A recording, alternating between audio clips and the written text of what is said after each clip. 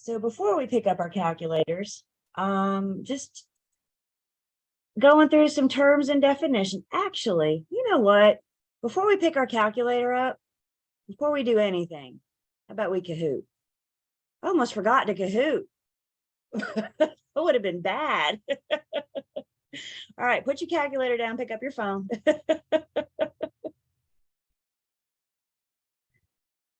And this is our contract Kahoot. So this is units 9 and 10.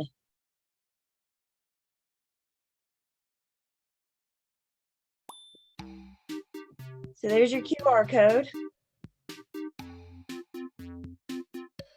If you're doing the app or the website, you need the game pin. Pin is 305-8431.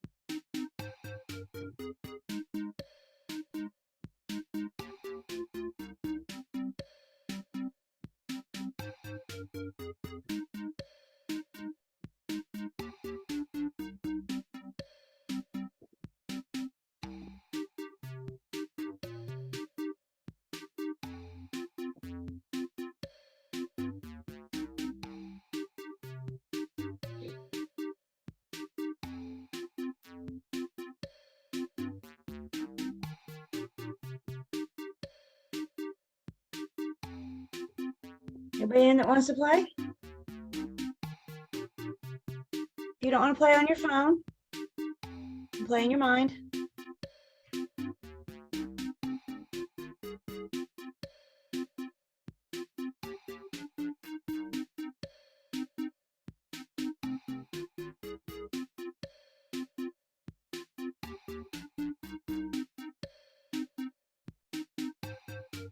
You ready?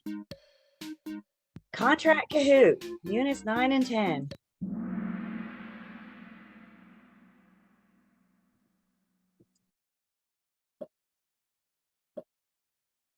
Question number 1. A void contract is one that is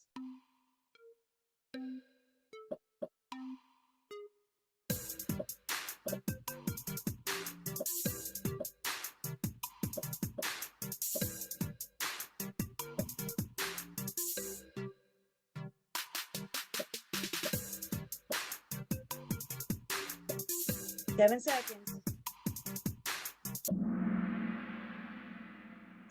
A void contract is one that is not legally enforceable. Remember, when we're talking about contracts, they're either valid or they're void.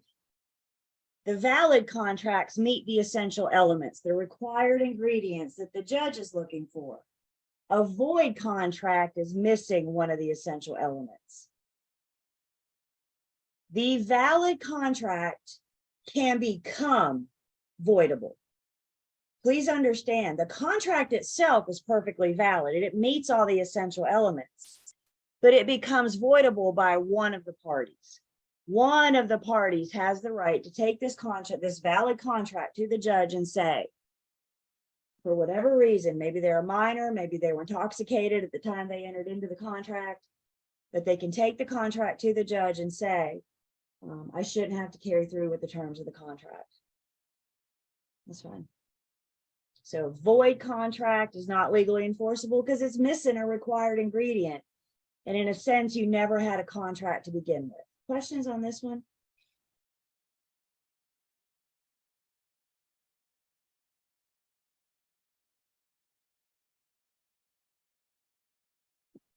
So let's see what we got out the gate.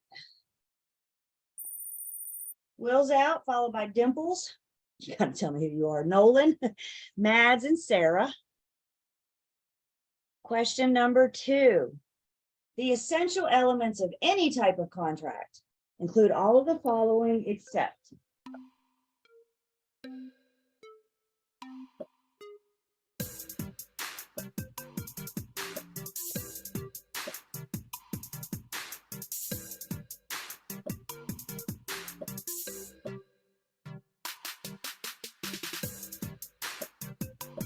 8 seconds.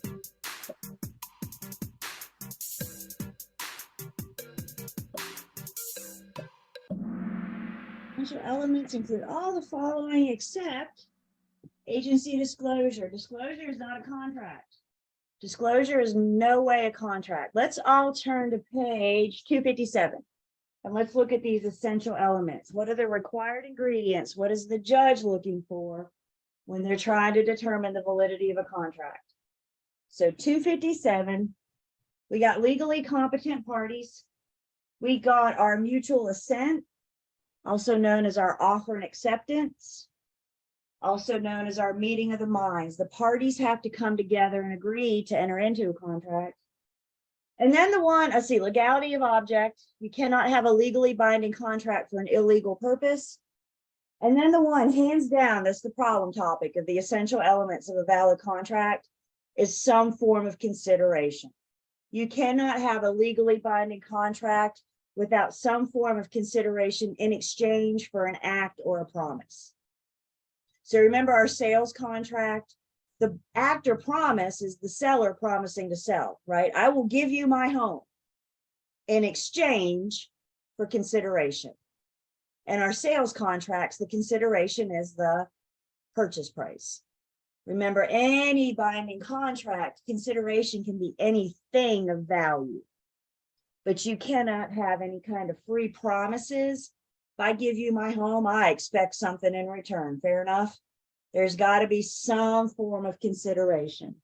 So our essential elements, legally competent parties, offered acceptance, consideration, and legality of objects. Agency disclosure is in no way a contract. We're disclosing our agency status. What questions do I have on this one?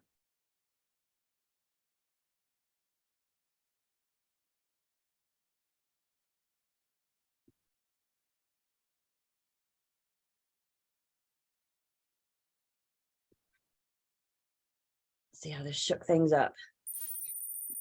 Mads climbed up to the top. Will's still on the board. Bear's on the board. Dimples is still on. Nolan. Question number 3.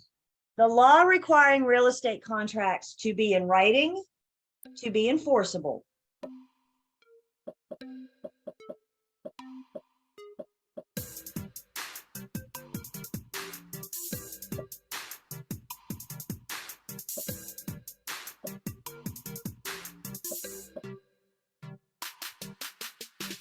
Ten seconds.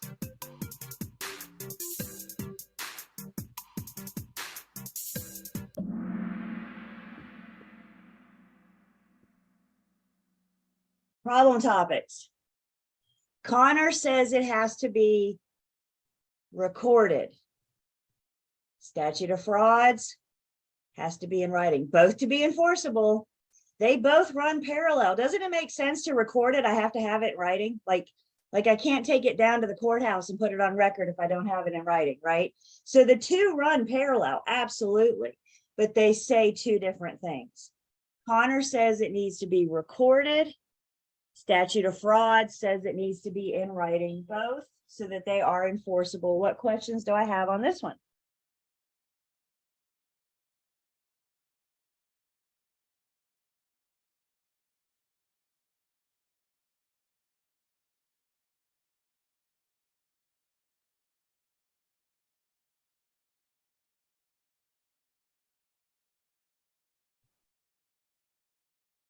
Let's see.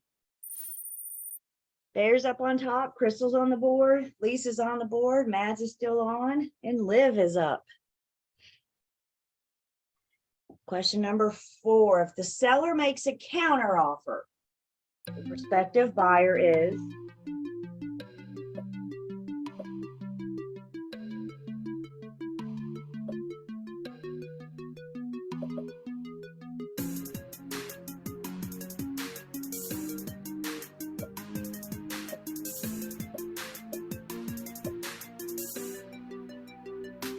7 seconds.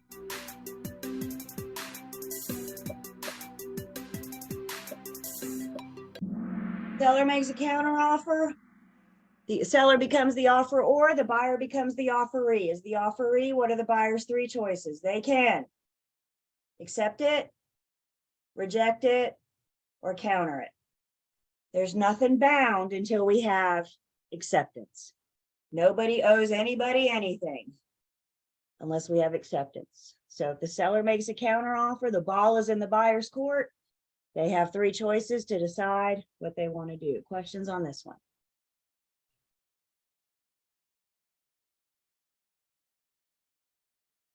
Yep, you're good.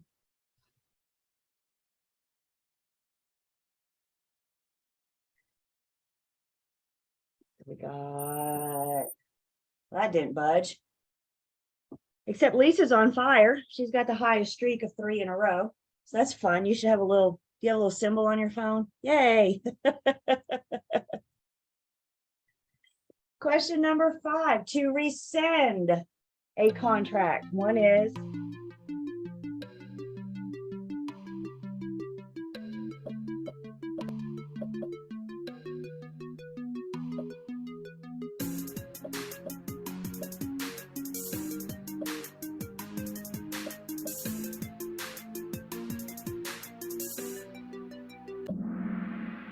you're rescinding a contract, you're canceling it. Good job. You're taking it back. If you're rescinding it, you're taking it back. If you got put down any deposits, you'll get your money back. How many days does the buyer have to rescind a timeshare contract? How many days does the buyer have to rescind a timeshare contract? I got like 3 people. Anybody else want to venture a guess? Okay, 5 days. How many days does the buyer have to rescind a contract for a new construction condominium? I got like 2 people. Okay, 7 days. If you rescind it, you're taking it back. If you're changing it, you're amending it. An amendment is a change. Questions on this one?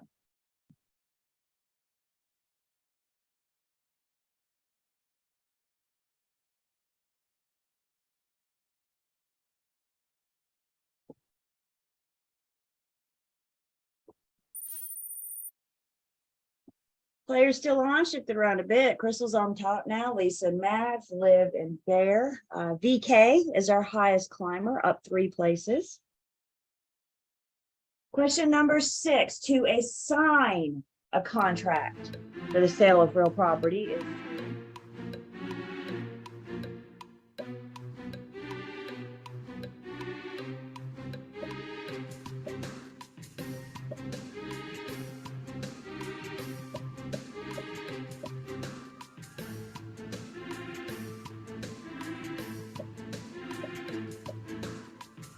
5 seconds. If you're assigning it, you're transferring it. An assignment, all the terms stay the same. The only thing that changes is the name of one of the parties. You have assigned your duties and responsibilities. You've transferred those over to another party.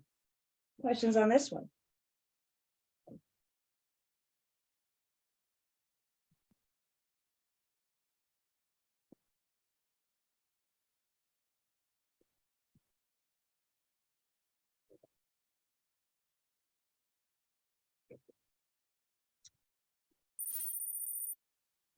These 5, y'all, these are the 5 to beat. They just keep shuffling around, don't they? Dimples is up, our highest climber, up 3 places.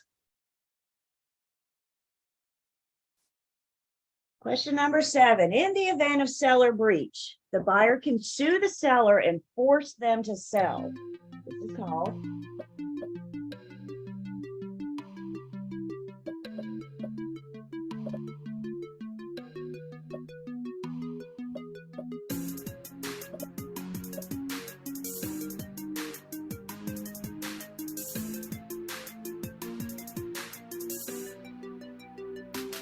Six seconds.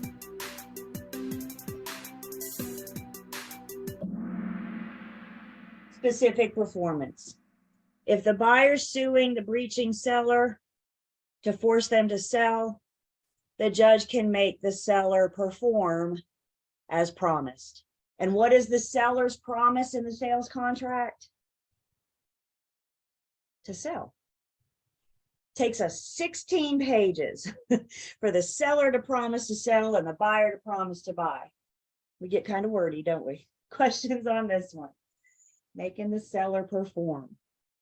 Consequential damages are money damages, one form of money damages.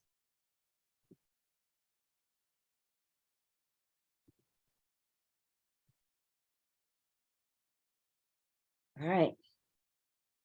This leaderboard will be interesting. Let's see what we got. Our third place winner is there. Our second place is Matt. And our first place is Lisa. We got fourth and fifth runners up, Crystal and Rhonda. So it shifted a little bit. Good job, guys. Questions?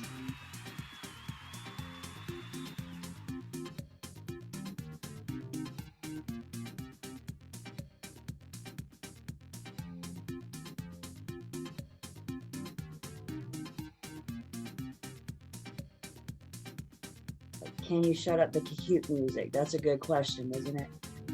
The answer is yes. Can y'all hear it? Yeah, it's done. All right. So we are in the throes of Unit 14. Remember, we move on. I need you guys to keep going back and reviewing 7, 8, 9, and 10. I need you guys to incorporate that in your study time. Anything you have right now, I'm telling you guys, if you don't touch 7, 8, 9, and 10 between now and the end of February, you're going to lose what you have and you're going to have to start all over. So do yourself a favor and incorporate those units in 7, 8, 9, and 10 as we move on. Also, as a quick reminder, midterm is due by next Monday at midnight. 11:59 p.m. on Monday, let's be clear. 11:59 p.m. on Monday. At that time, the exam dies.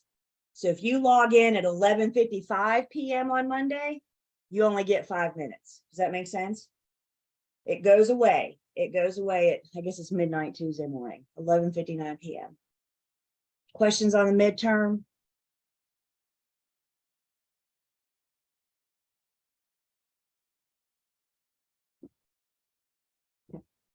Now we can get into financing, back into financing. So everybody put your mortgage lender hat back on. Is it on tight? All right, we're going to pick up the calculator in just a minute. But before we do, we need to define some things, define some words. So we're picking up on page 373. And some mortgage terms to be aware of. 373. Did I say 573? It's on the screen. You know what I mean. Principal is the amount of money that you borrow from the bank. When you go into the bank and say, I want to buy a house, give me X amount, that X amount is your principal. It's the amount that you're borrowing from the bank. Interest is what the bank charges you to borrow the principal. So you say, I want X amount to buy a house. The bank says, that's fine, I'll give you X amount, but I'm going to charge you interest on that X amount. The two together, principal and interest together, are known as your debt service. Principal and interest are your debt service. It may be kind of easy on your test to refer to principal and interest. They very well likely may refer to it as your debt service. Your debt service is what you owe the bank. Your debt service is what you have to pay the bank back, principal plus interest. So the two together are your debt service. My homeowners on the call can tell you that the payment you send the lender every month includes more than your principal and interest, doesn't it? The payment that you send the bank every month includes your principal and interest, taxes and insurance, also known as your PITI, or some of you like to call it your PITI. Your PITI consists of principal and interest, taxes, and insurance. The lender takes your annual tax bill and divides it by 12. They take your annual homeowner's insurance bill and divide it by 12. So each month you send a payment into the bank, you're sending that month's principal and interest plus a 12th of your annual taxes and a 12th of your annual homeowner's insurance. Please note, debt service does not include taxes and insurance. Debt service is what you owe the bank. You're paying the bank principal and interest. Taxes goes on to the county. Homeowner's insurance goes to State Farm or Allstate or Geico or whoever you're using. So the debt service is what goes to the bank, the principal and interest.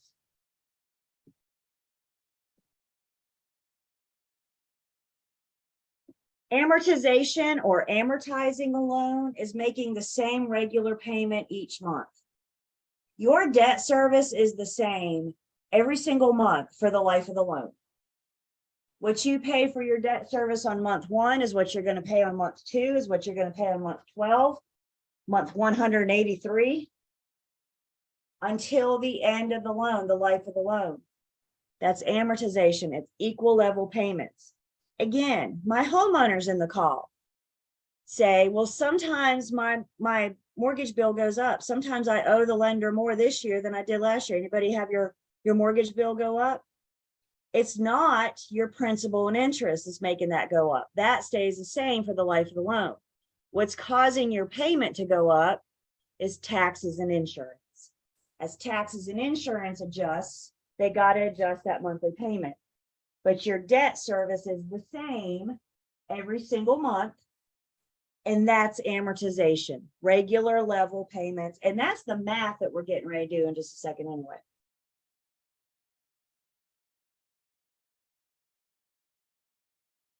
So regular level payments, amortizing a loan, principal and interest, your debt service stays the same for the life of the loan.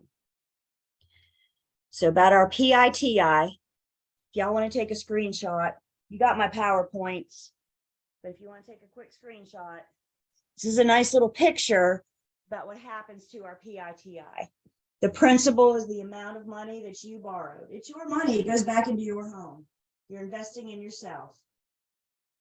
Interest is what you're paying the bank to borrow that money.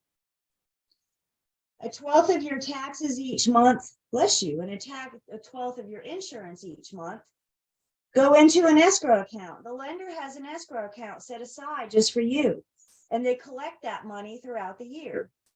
So when your tax bill comes due, they have that money. They can pull it from the escrow account to pay the local government, to pay the county, city taxes. Your insurance also hangs out in an escrow account throughout the year, collects, accumulates. And when your insurance, homeowner's insurance comes up for renewal each year, they take that money from your escrow account that you've been paying into and pay the insurance company. So again, your debt service is only your principal and interest, because that's what's going back to the bank. That's your debt to the bank.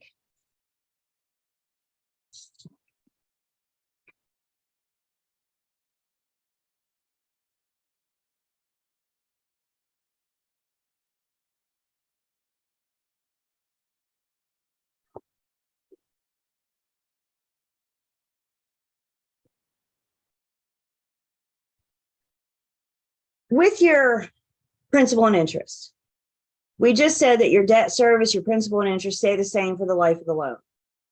You make that same payment every month. What changes each month is how much is applied to principal and how much is applied to interest. When you originate your loan, you start by paying a little bit of principal and a whole lot of interest. Who gets paid first? If you're paying a whole lot of interest, who gets paid back first? The bank. So you start by paying a little bit of principal and a whole lot of interest. And as time goes on, you pay more and more principal and less interest. There's a really nice picture in your book on page 374 that shows us this debt service and this amortized loan. Our payment amount is the same every single month. You guys see that? You could take out a ruler and draw a straight line across the top of those bars. That is the same amount every single month. The light gray box is your principal. The dark gray is your interest. You see how you don't pay much principal at first, do you? Little bit of principal at first. But as time goes on, you pay more and more on the principal and less on the interest. So while the amount stays the same every month, what changes is how much is applied to principal and how much is applied to interest.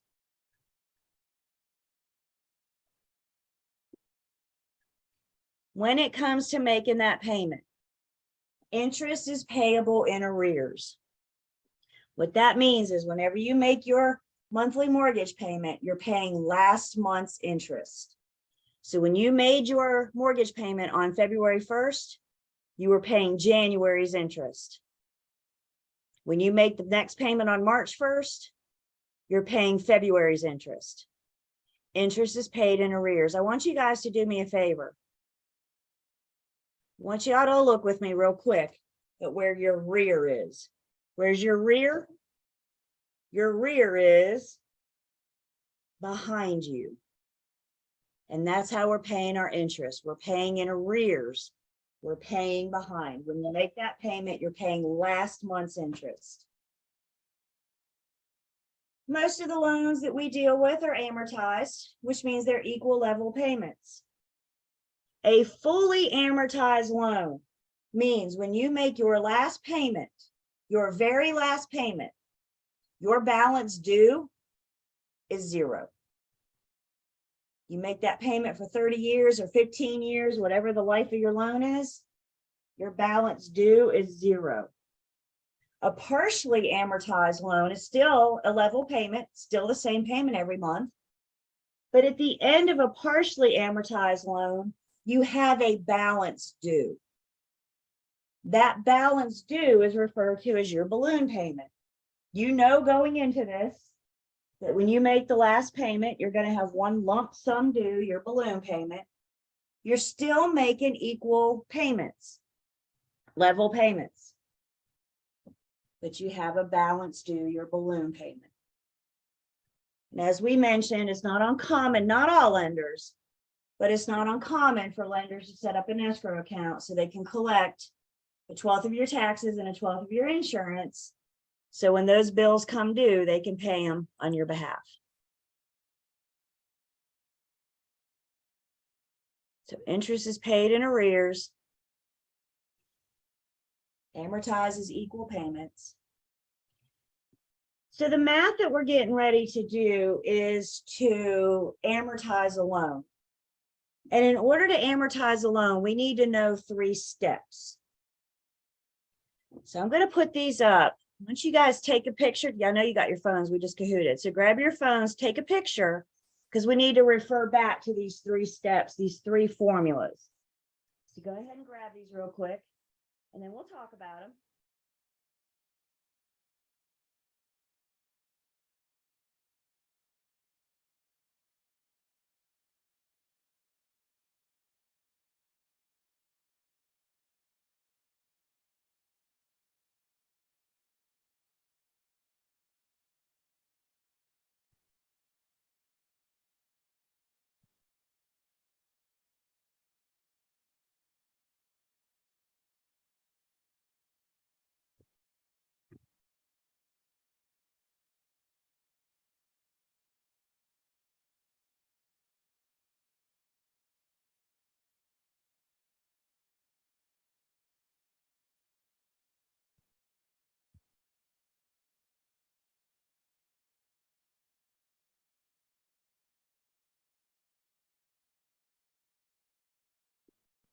So the 3 steps to amortize a loan monthly, we're going to do these 3 steps every single month. Again, we have the same monthly payment, also known as your principal and interest.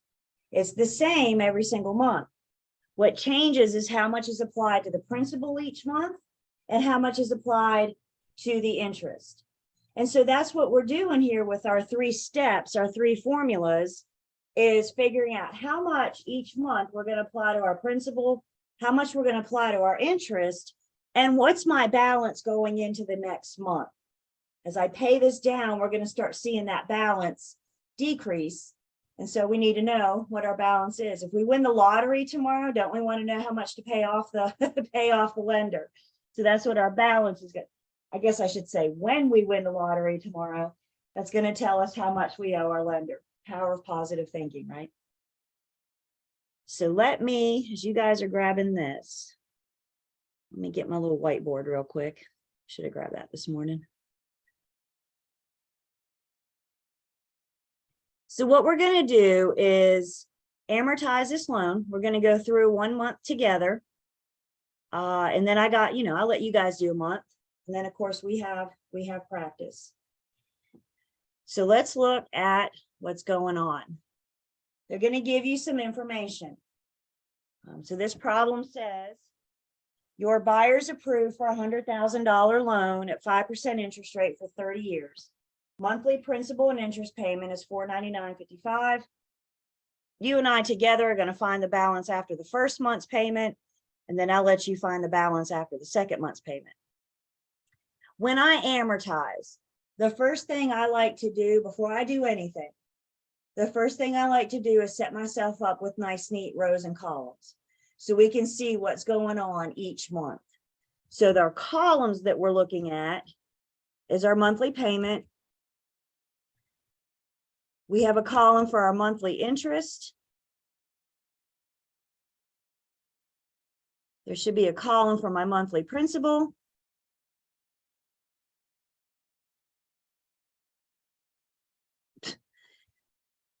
You guys ever type with 30-some people looking at you? Principal, P. And then we have a column for our balance. So I got 4 columns. I've set myself up, and what we're looking at with the columns, we're going to break this down into monthly. So here's month 1, month 2, month 3, etc. All the months of the loan, the life of the loan. The problem tells me that I got a loan of $100,000. When we amortize, the loan amount is my balance. It is my starting balance because that's what I borrowed from the bank. I marched into the bank and I said, give me a loan for $100,000. So on day 1, that is my balance. I tend to like to write the interest rate on my paper. The interest rate on my paper somewhere, because I know I'm going to refer back to it. So it might save me a couple precious test seconds. And then the problem tells me that my monthly payment is $499.55. So month 1, my monthly payment is $499.55. Month 2, month 3, and so on for the life of the loan. My monthly principal and interest, my monthly payment, my monthly debt service is $499.55. That goes towards my principal and interest. This is all the information I need, and our 3 steps or our 3 formulas. This is all we need to amortize this loan for an entire 30 years. We do this every month for 30 years, and we've amortized this thing fully. So let's look at our 3 steps or our 3 formulas. Everybody have those in front of you? Step 1 is to find our monthly interest. So we take our balance times our interest rate, and that gives me annual interest. Balance times the interest rate gives me annual interest. I don't want annual interest though, do we? We're breaking this down into monthly. How many months in a year? 12. So you take annual, you divide it by 12, and that gives us our first month's monthly interest. When you make your first payment on the first month, $416.67 is going to be applied to interest. So step 1 is to find out your monthly interest. Questions on that? Balance times the interest rate gives us annual interest divided by 12 to get monthly interest.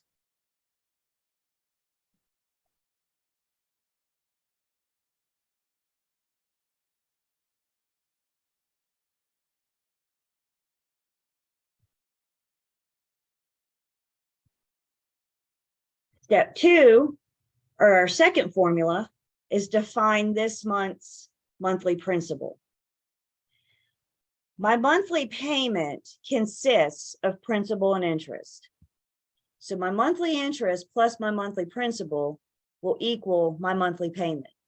So what step 2 is saying is finding the difference. My monthly payment minus this month's interest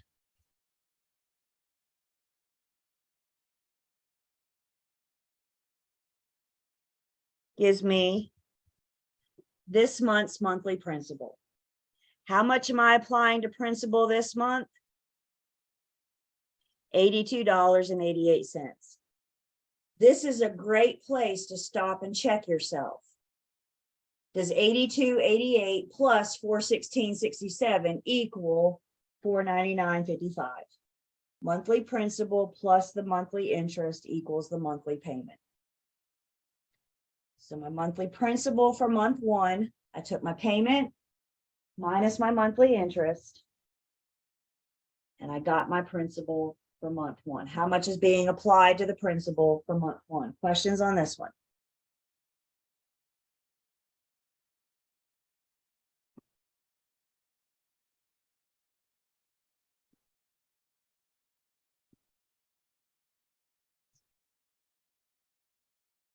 Now our third step is to find my balance going into month 2. Principal reduces the balance. Remember, the balance is what you borrowed for the bank. You got a $100,000 loan, right? When you make your principal payment, you're paying the bank back, in this case, that $82.88. So principal reduces the balance. So our third step says you take your balance minus this month's principal, and that tells me going into month 2, I now only owe the bank $99,917.12. So my balance going into month 2 is $99,917.12. We have amortized the loan for the first month. We have paid an equal level payment of $499.55. We figured out how much of that $499.55 is applied to interest, how much is applied to principal, and then we determined how much I owe the bank going in month 2. We start month 2 with a balance of $99,917.12, and we do those 3 steps again. You guys, we need those 3 steps. I hesitate to call them formulas because I think there's a fear factor involved with the word formula. So let's call these steps. We got to know these 3 steps to amortize the loan every single month. Again, my homeowner's on the call.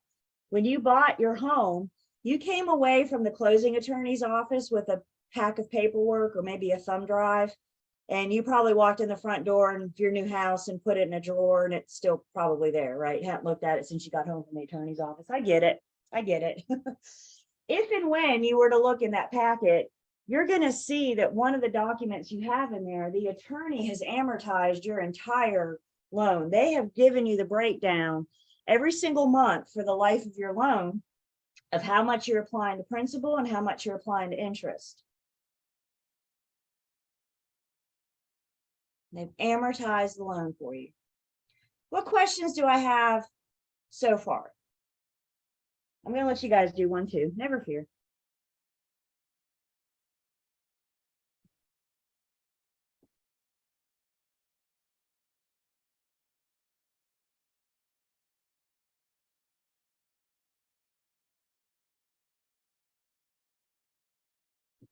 So what I want you guys to do in a private chat, use your steps, and I want you to tell me in a private chat, what is the balance of your loan after you make the second month's payment?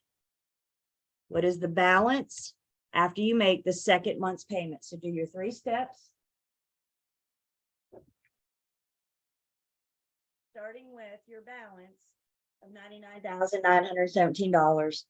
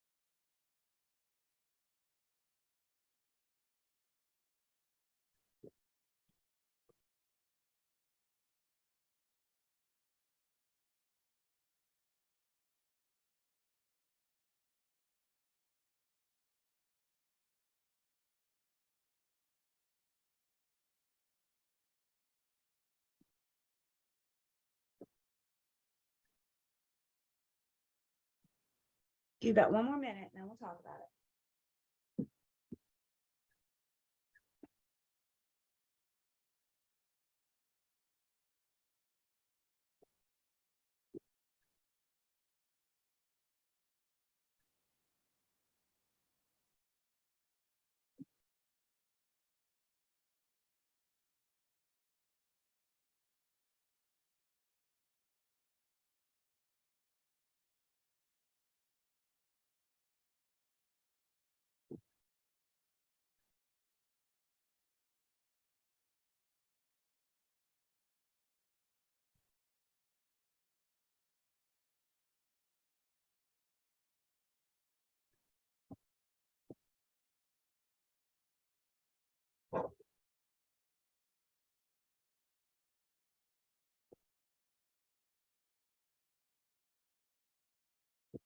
Okay.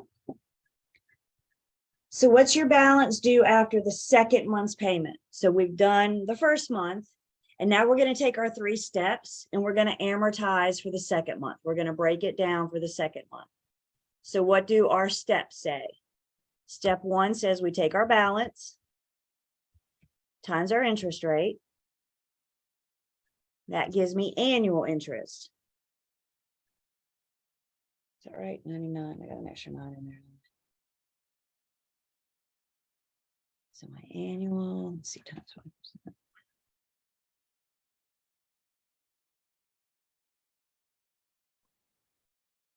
At this point, guys, you could round if you want to. You could say 86 cents. You're not going to miss a question by rounding alone because the answer choices aren't that close. However, I will say the fewer times you touch your calculator, the less room for human error you have. So at this point, if you don't touch your calculator, you should be getting like $4,995.856. So if you don't touch your calculator and then just say divided by 12, you're going to get a more accurate number. But again, you can't miss by rounding alone. And what I mean by that is the answer choices just aren't that close. They're not going to say A is 86 cents and B is 60 cents or 90 cents, right? They're not going to be that close. Just don't get carried away with your rounding. And again, best bet, the fewer times you touch your calculator, the better. I don't know about you, but sometimes my big old clunky fingers get in the way sometimes. So we took our balance times our interest rate. We got annual interest. And then without touching the calculator, we just said divided by 12. And then I have my interest going in, or my interest for month 2. Do you see how that came down? Just a teeny tiny bit. Just a teeny tiny bit, every little bit, right? So you came down just a little bit in your interest. Questions on step 1, finding the monthly interest.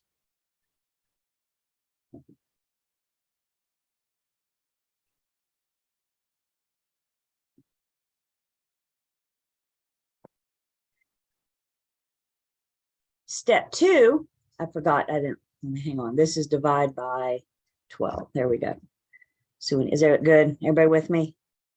If you divide by 12, then you get the monthly. Step 2 is to find your second month's principal. Principal plus interest equals your monthly payment. That's your debt service. So when you take your debt service minus this month's interest, you get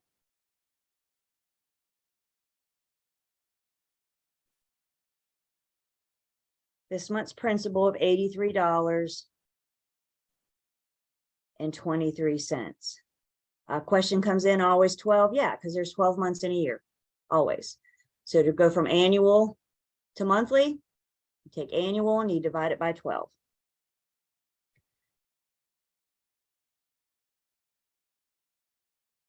So now we have our principal,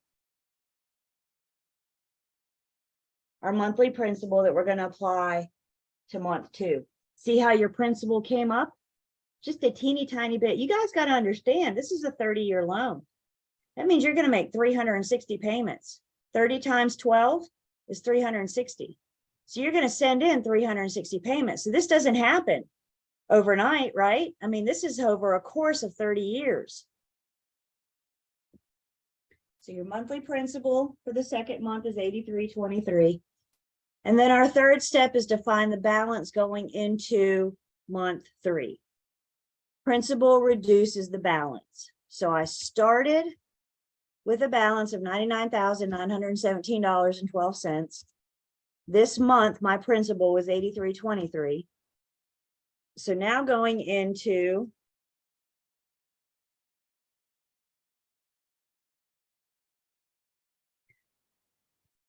month 3, I only owe the bank $99,833.89. So when you win the lottery, how much do you owe the bank? $99,833.89. Here's the deal, you guys. Any one of these steps, any one of these formulas could be a candidate for a test question. They may ask you to find next month's balance. They may ask you to find the first month's interest. They may ask you to find the first month's principal. So any one of these could be a good candidate for a test question. They're not going to ask you to go much past the first or the second month. Due to time, they're not going to ask you to find the balance after you've made your 15th payment or whatever, right? So they're only going to ask you about the first or second month. They're not going to go much further than this. Get those steps down. I got to practice amortization. I'll show you guys in just a second, because I'm telling you, I've amortized this for the first year. And I'm telling you, if you can amortize this loan for the first year, for the first 12 months, you'll get those 3 steps down pat, and it'll be second nature to you. But you got to know the formulas to do the steps. You got to know the formula for the monthly interest, the monthly principal, and next month's balance. All formulas go on a flashcard, or you may have a piece of paper labeled formulas that you're adding to. We've got to know these formulas. Questions?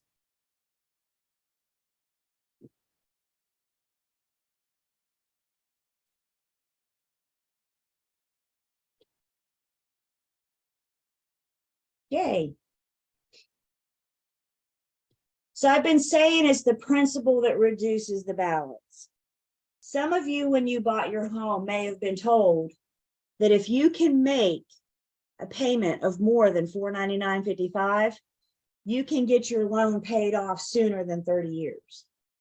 The bank can only collect the interest that they're owed each month. So if you pay more than $499.55, that's applied to your principal.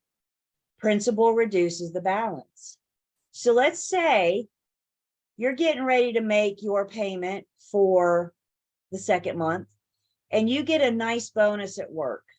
Let's say you get a bonus of $500, and you decide you're going to apply your bonus to your monthly payment. That $500 comes straight off the principal.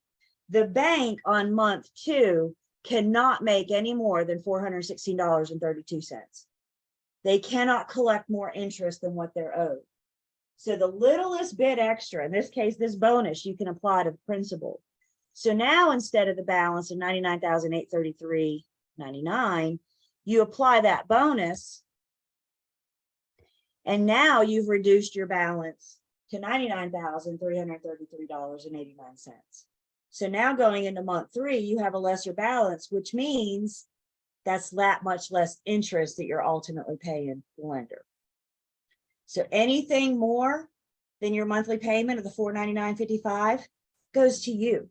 That's your money that you're paying yourself, paying that balance off faster, and that's less interest that you're paying. If after class you go to that folder you got from the closing attorneys and you pull out your amortization schedule, if at any time during your payments, your monthly payment was 1 penny more than $499.55, you've thrown off your entire amortization schedule. That schedule is based on the fact that this is your monthly payment every month. But the moment you pay anything more than that, you've thrown that off, which is good. More to you, less to the bank. Questions on those 3 steps, our 3 formulas. I'm getting ready to erase the red.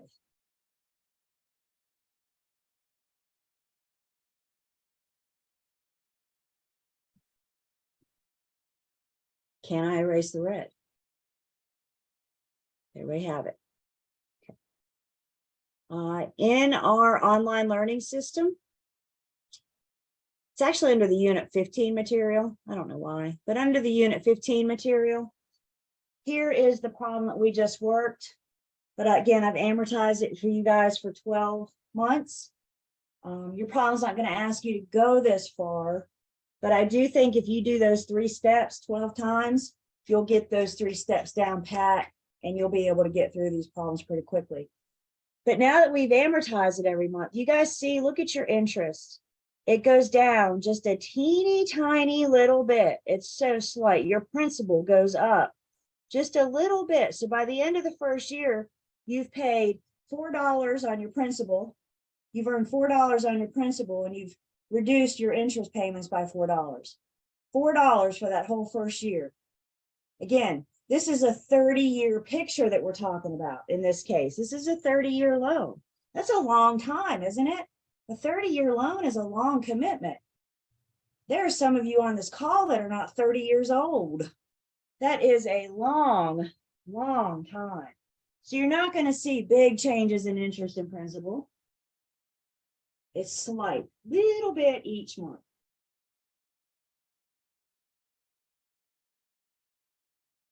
Questions on amortization, amortizing. We're taking our monthly payment each month and every month, and we're deciding how much is applied to interest, how much is applied to principal.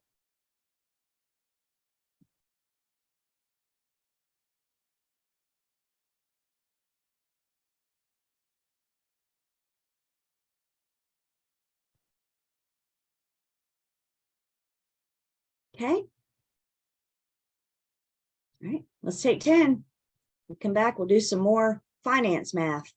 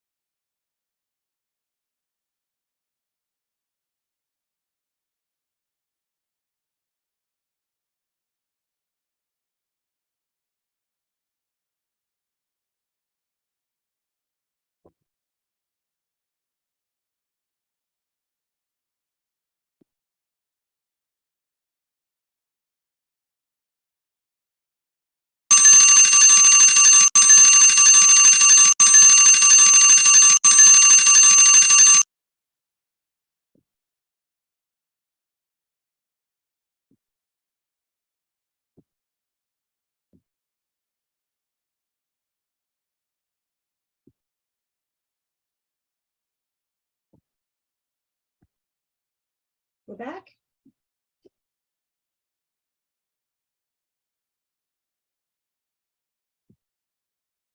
So we're taking attendance. Cameras are on, and I can see you throughout the whole class. I'm looking at several ceilings and walls again. So let's make sure our cameras are adjusted, please. So I am taking attendance.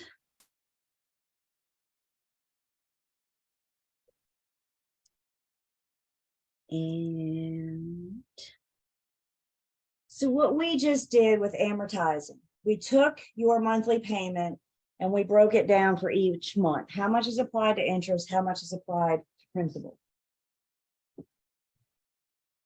Another math question you may see related to this. You may be asked, what is the interest over the life of the loan? If you're asked about the interest of the life of the loan, what you're saying is, lender, if I borrow $100,000 from you at these terms, at this interest rate, at the end of 30 years, how much interest am I going to end up paying you? Everybody with me? Interest over the life of the loan. So we have two choices. Remember, we just said if we took 30 years by 12 months, we get 360 months. So we have two choices. We could amortize this thing 360 times and then add up the column for the monthly interest. Nope, not going to do it. Don't have time.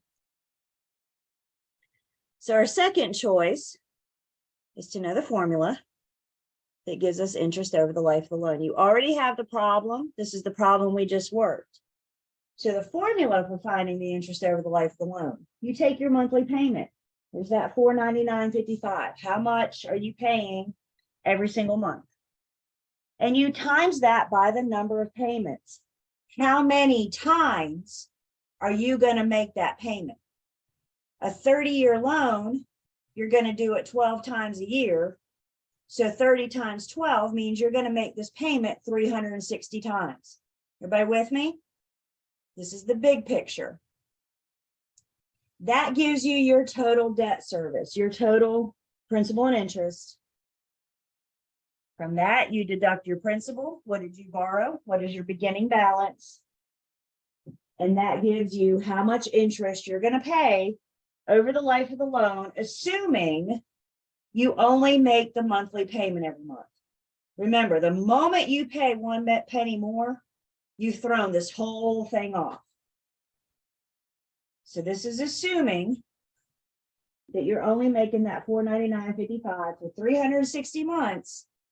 You're going to end up paying the bank $79,838 for them to lend you $100,000.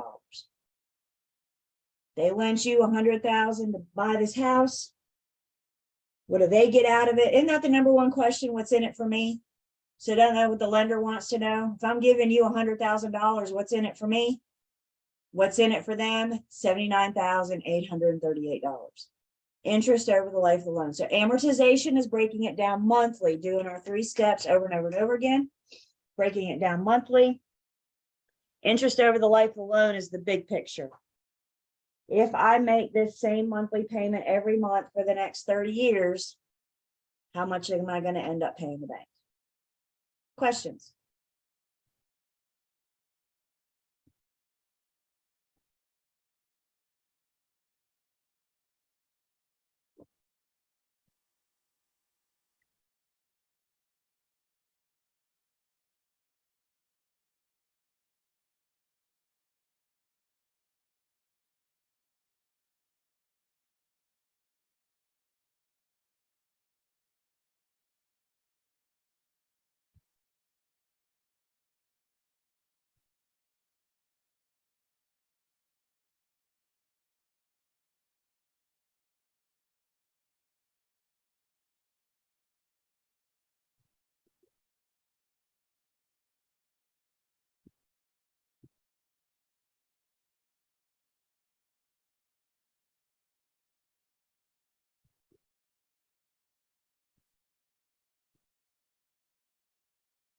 Another tool that the lender uses, lender hats on, thinking they're like a lender.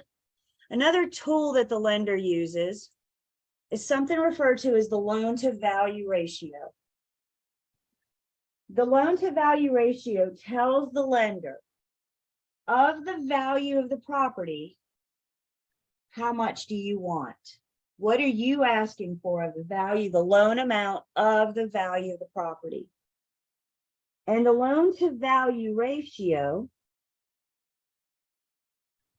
in a formula version looks like this.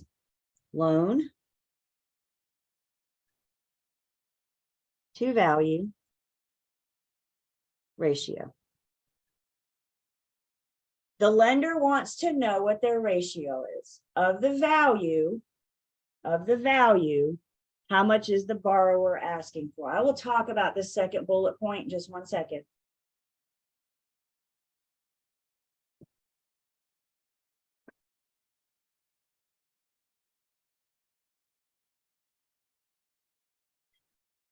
So let's see, I'm trying to remember what the example was we gave the other day. I may not, I think I do. So the other day we gave an example, I think. We had value of a home of $300,000. And you asked the lender for $270,000. So we determined that the value was $300,000. You're asking the lender for $270,000. Through the eyes of the lender, they're thinking, what's my loan to value ratio? What's the percentage that they're asking me for? Our T-bar, the back fourth line, means divide. So when you take 270,000, divide it by 300,000, you get 0.9 on your calculator. Once we have that decimal on your calculator, we need to convert that to a percentage. How do we convert a rate to a percent? We move that decimal over 2 places, and that gives us 90%. So 0.9 on your calculator is the same thing as 90%. So through the eyes of the lender, what is their loan to value ratio? They are providing 90% of the loan, which means how much is the borrower bringing? An itty bitty 10%, right? A whopping $30,000. The lender determines value as the sales price or the appraised value, whichever is less. The loan will be originated on the lesser of the two amounts. The sales price is what the buyer and the seller agree to. The appraised value is the amount that the appraiser puts on it. The lender requires the appraisal, so they have something to compare to the sales price. The lender requires the appraisal. They let the buyer pay for it, but they require the appraisal so they can compare that to the sales price. So let's say, for example, you're buying this house, you go under contract, and you are contractually obligated to the seller to buy this home. We'll make up different numbers so we don't get confused. Sales price is $500,000.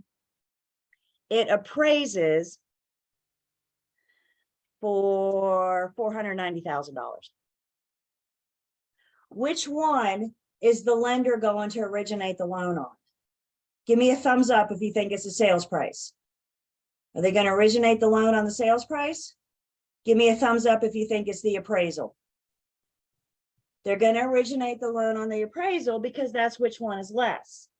So we need to have a conversation, don't we? Because isn't the buyer contractually obligated to give the seller $500,000? Don't we have a legally binding agreement that the buyer is promised to pay the seller $500,000? And now the lender's saying, yeah, I'm only going to give you the loan based on a value of $490,000. So we're $10,000 off. So what happens? We got to figure this out, don't we? So we got some options. It's not over yet. Hang on. Option number one. Maybe the buyer can ask the seller to reduce the purchase price to $490,000. Shake your head, yes or no. Does the seller have to agree to reduce the purchase price? We can ask, but they have every right to say nope, because they're contractually obligated. So we can always ask. The worst they can say is no. The buyer may have $10,000 laying around. Maybe they have $10,000 of their own money that they could bring in to make up the difference. Maybe we can get the two to meet somewhere in the middle. Maybe we can get the seller to come down $5,000 and the buyer to come up with $5,000, right? Situations like this are things that can put us into round 2 of negotiations. However, if the seller is willing to come off of the purchase price and the buyer does not have an extra $10,000 laying around, we're not going to get loan approval. We have to terminate.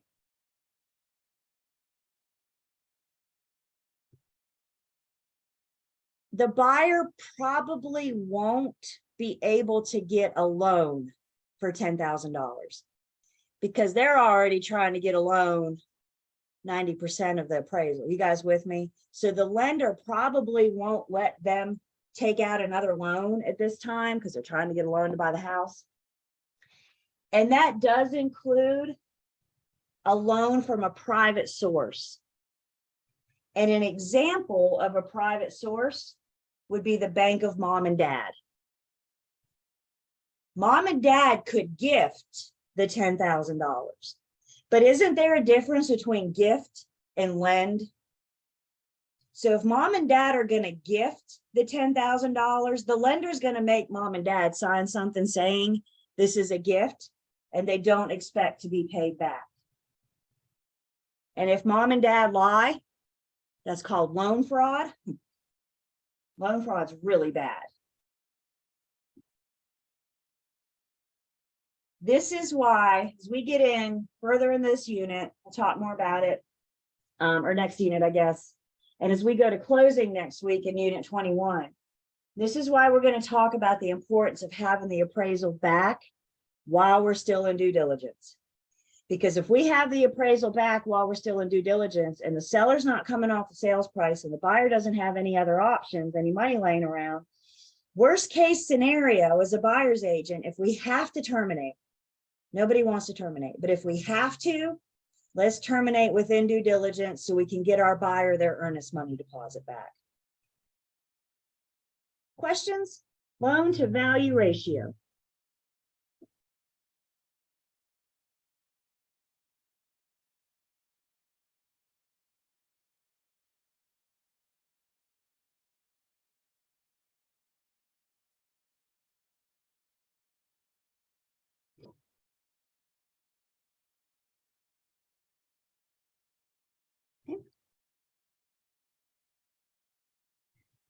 Lenders in North Carolina have to follow usury laws. I could not get that word out last night. Usury laws. There are federal levels as well. We have a state level, North Carolina usury laws. All lenders are different. Kind of like real estate firms, right? All lenders are different. They're free to charge the fees that they want to, set their interest rates. They offer different products.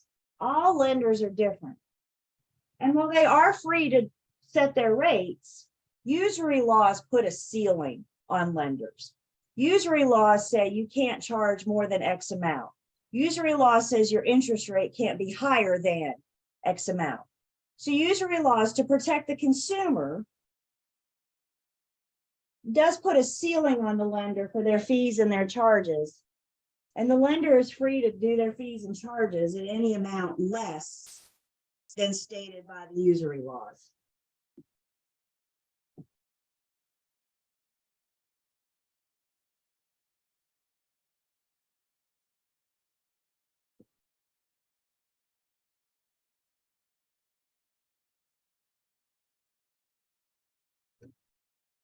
So usury laws help regulate the lenders, consumer protection.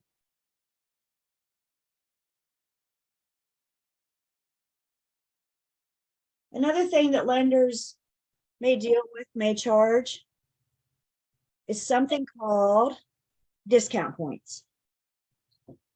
Discount points are prepaid interest. Discount points are prepaid interest. This is one of these things that we tend to like to make a little bit harder than what they are. What are discount points? All discount points are, if you're prepaying something, what are you doing? You're paying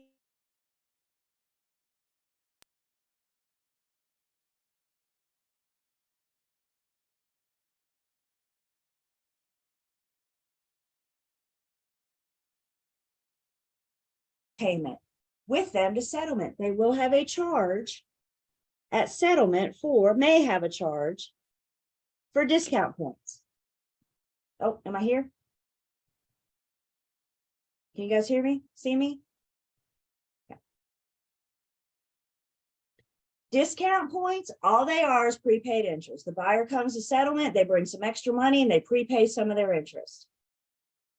Why in the heck would a buyer agree to prepay some of the lender's interest?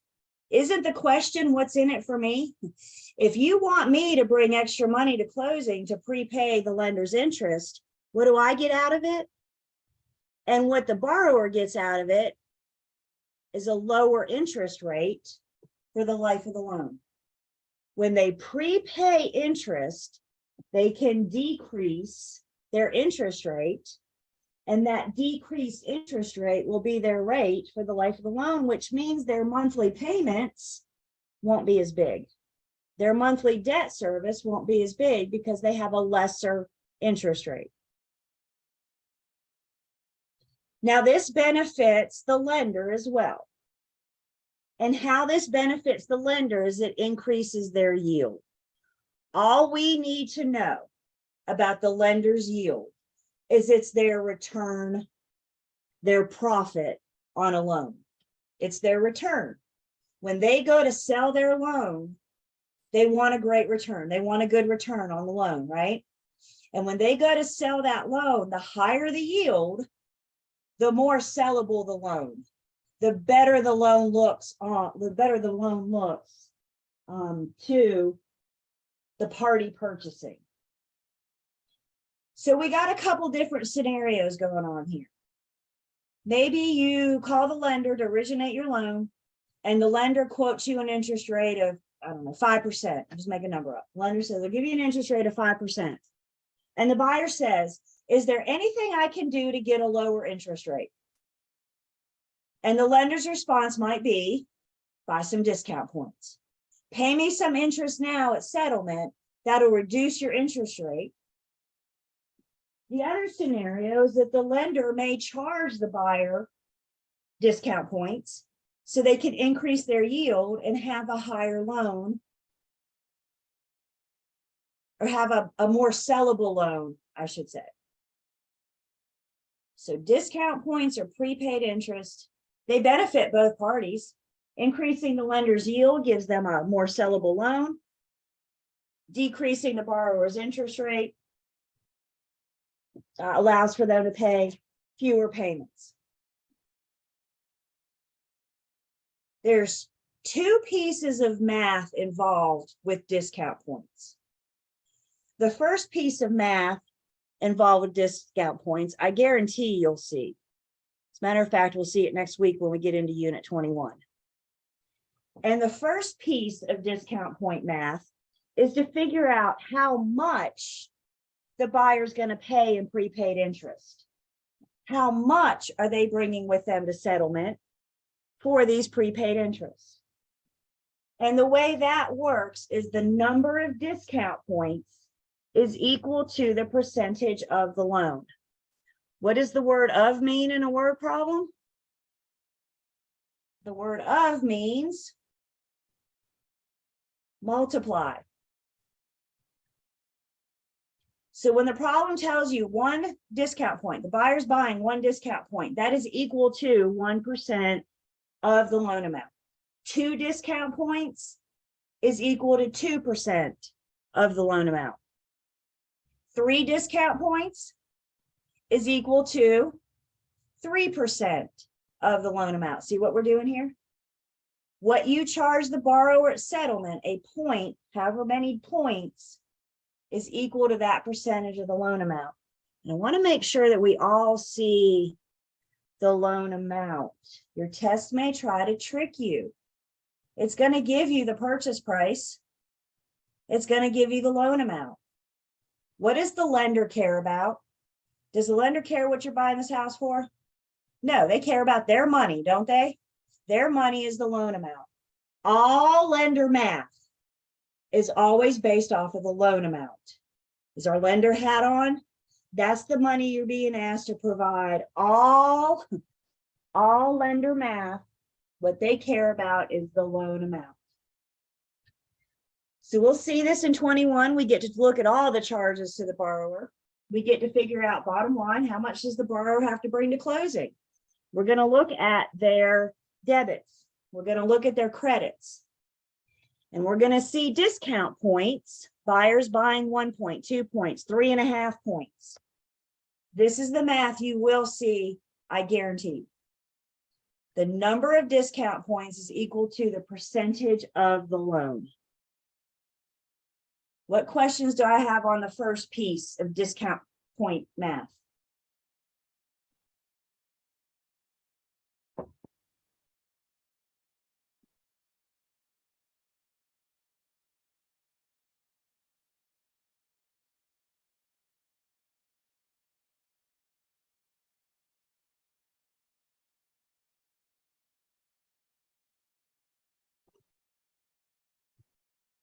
The second piece that you may see is asking you, once the buyer buys discount points, what's their new interest rate? Once the buyer buys discount points, what's the lender's new yield? You will see this piece of it. You may be asked, what is the borrower's new interest rate and what is the lender's new yield? And to do that math, we're going to look at the interest rate as a percentage. When you're reducing your interest rate or increasing your yield, 1 point is equal to 1/8. Discount point pi. Y'all like pi? Discount point pi is an 8-piece pie. And when they're asking you what the borrower's new interest rate is or what the lender's new yield is, we can think about discount point. If the buyer's buying 1 point, then they are buying 1 piece of pie. If they're buying 2 points, they're buying 2 pieces of pie. 3 points is 3 pieces of pie. So 1 point is equal to 1/8. You guys have figured out by now that I enjoy math. However, I hate fractions. Anybody else with me? And I hate the word hate, y'all, but you know what? I hate fractions. There, I put it out there. And when I see a fraction, the very first thing my brain says to do is to convert this thing to a decimal so I have something I can work with. So when we see our fractions for discount point percentage, interest rate yield percentage, we're going to take, in this case, 1 divided by 8 and give us a decimal of 0.0125. Is that easier to work with than 1/8? Boy, I sure think so. So convert those fractions into a decimal. This buyer bought 1 point. So they're going to reduce their interest rate by 1/8% or 0.0125%. So let's say this buyer goes to apply for the loan and the lender says, I'll give you an interest rate of 5%. And the buyer says, is there anything I can do to reduce my interest rate? And the lender says, you can buy a discount point. Once they prepay that interest, did I not do that right? Thank you. Thank you, thank you.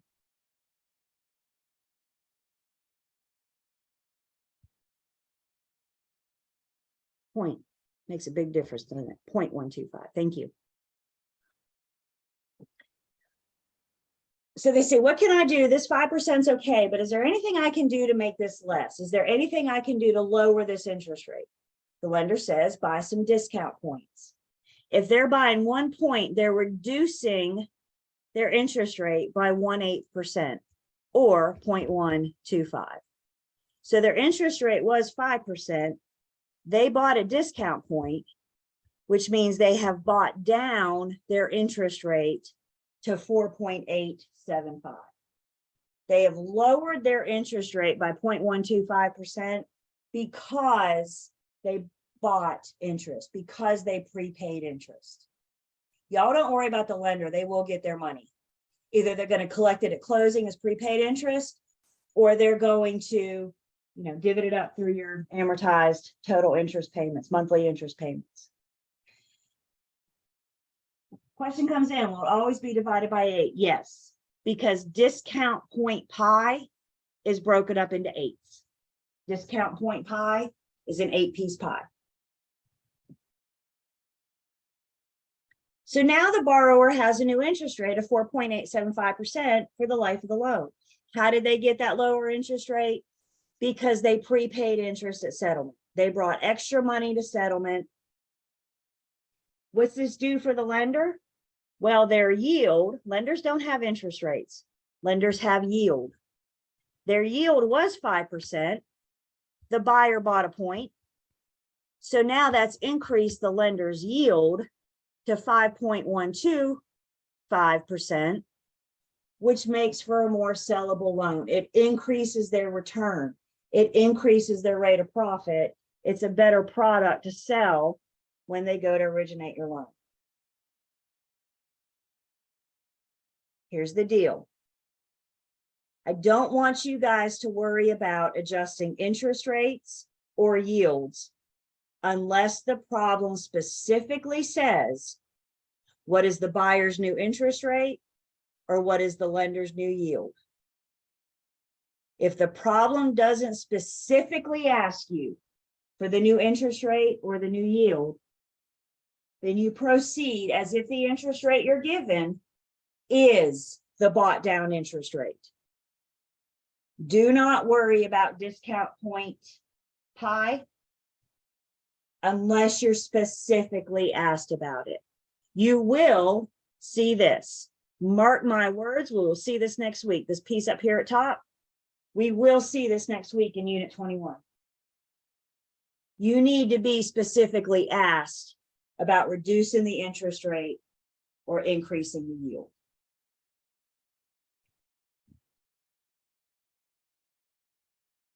I got one I'm getting ready for you guys to work. Little problem. What questions do I have?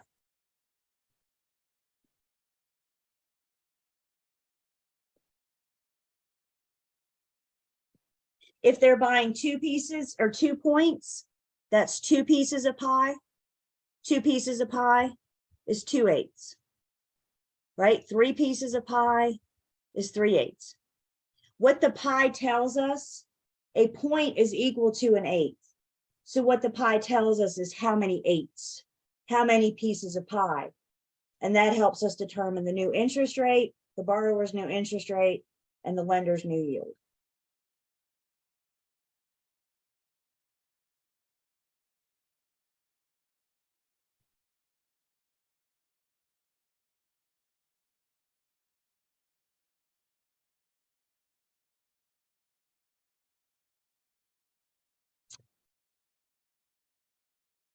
Questions? I'm getting ready to put a problem up for you guys. A couple questions, actually. I'll give you time to work it, of course. So let me just do a quick reminder. If the problem doesn't give you the loan amount,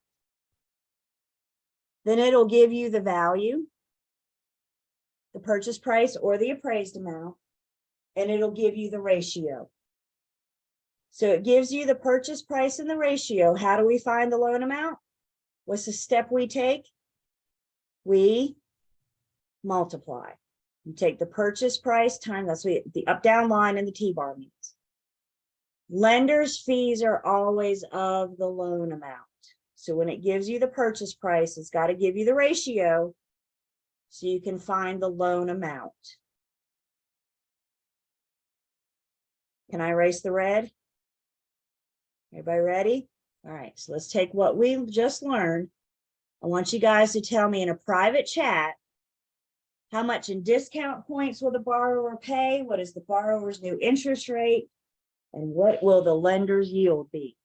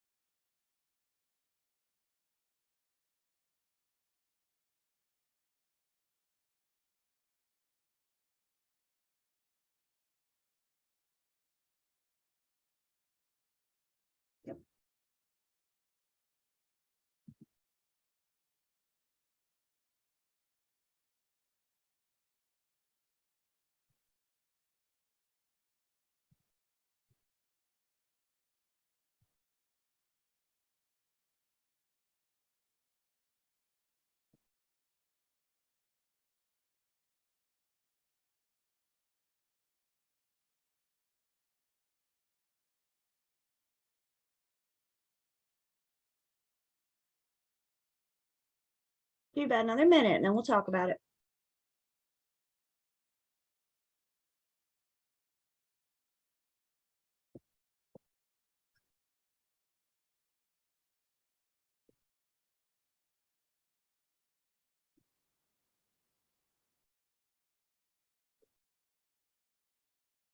That's why we're getting ready to talk about it.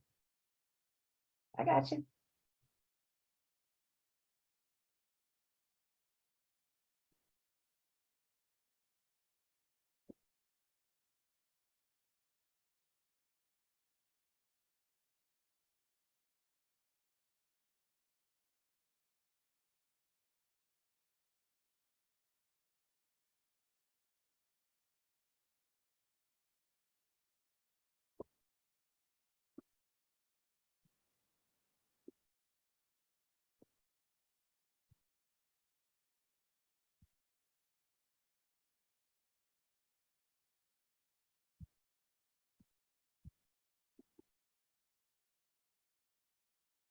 So let's go through this one together. Everybody with me?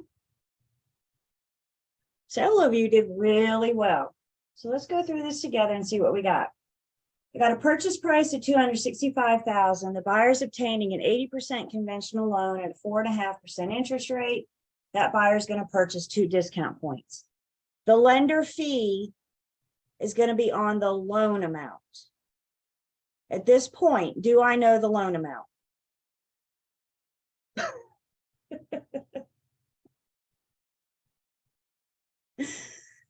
So at this point, I don't know the loan amount, which means the first thing I need to do is find out, what are we going to base the lender fees on?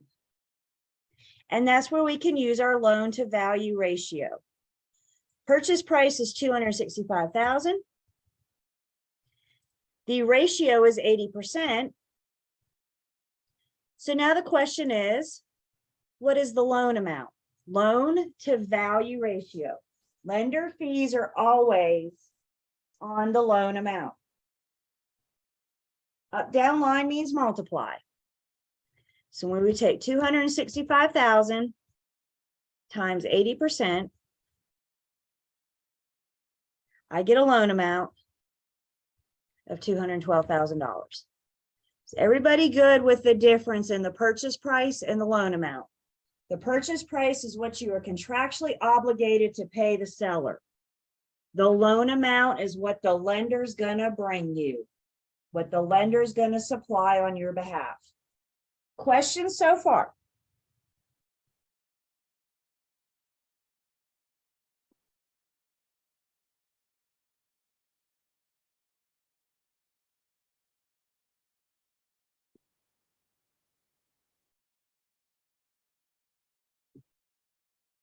So now that we have the loan amount, we have a number we can work with. Yes? So I know my loan amount is $212,000. This buyer is buying 2 discount points.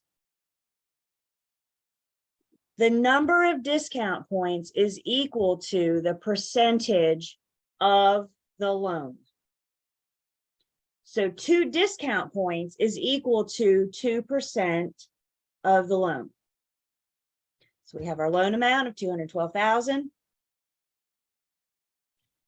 times 2% means this borrower is going to have a debit at settlement, a charge at settlement for discount points of $4,240. They are prepaying their interest. Instead of taking that $4,240 and stretching it out over 30 years, they're bringing that money with them to settlement. They're prepaying that interest. That money goes to the lender. Remember, if you're prepaying something, what are you doing? You're paying it early. So they're not going to stretch this out over 30 years. They're bringing this money with them to closing. Prepaid interest, $4,240. 2 discount points is equal to 2% of the loans. What questions do I have on the first question?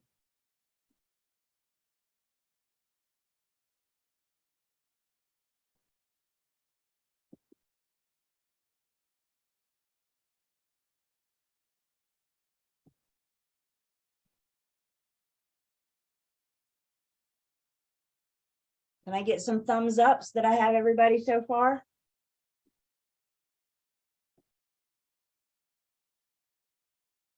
This is the math we will see in Unit 21.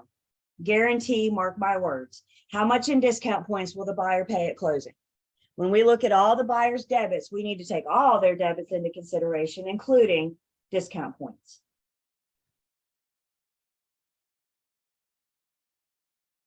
Yep, all lender fees are of the loan amount. Is our lender hat on? As a lender, what do you care about? You care about your money, right? The lender's money is the loan amount. The first question, how much in discount points? We will see this again. The other two questions you may see, you need to be specifically asked. If you're not specifically asked, then do not worry about it. Is that good news? Don't worry about it unless it actually says, what is the new interest rate? What is the new yield? Since this question is specifically asked, to answer these last two questions, we're going to use our visual, our image of our discount point pie. Discount point pie is always 8 pieces because discount points are 1/8%. This buyer is buying 2 discount points. This buyer is buying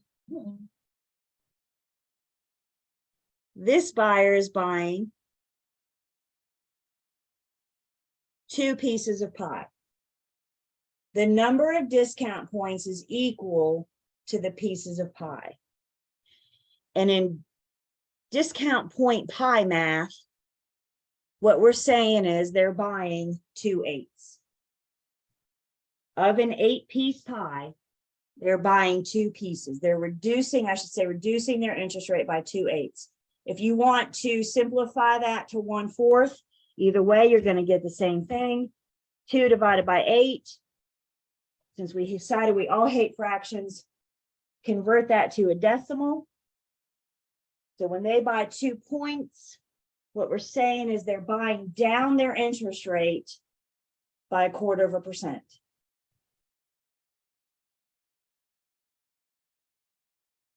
So the borrower's interest rate was 4.5%. They bought 2 points. They bought down their interest rate by 0.25%. So what is the borrower's new interest rate for the life of the loan? By prepaying that interest, by bringing that $4,240 in at settlement, they have bought down their interest rate to 4.25%. That's a smaller monthly payment for them. That's less that they have to bring. So what's the borrower's new interest rate? 4.25%. Questions on that?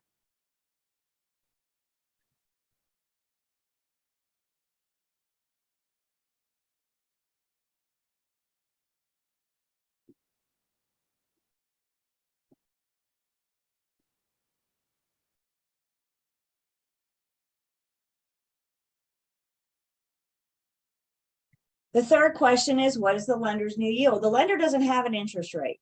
The lender has a yield. The higher the yield, the more sellable. So when we're looking at the lender's yield, we're not talking in terms of interest rate. We're saying right now the lender's yield is 4.5%. And when that buyer prepaid, when that buyer bought, we have increased the lender's yield. So their yield was 4.5. We've increased it. So now their yield is 4.75. And this is the lender. They now have a more sellable product. That's their rate of return. And now when they go to sell this loan on the secondary market, they have a more sellable product. They have something that the buyers want to buy because they have that higher yield. They have that higher rate of return. So the borrower's new interest rate is 4.25%. The lender's new yield is 4.75%. All those were adjusted because the buyer bought 2 discount points and brought an additional $4,240 to settlement. What questions do we have?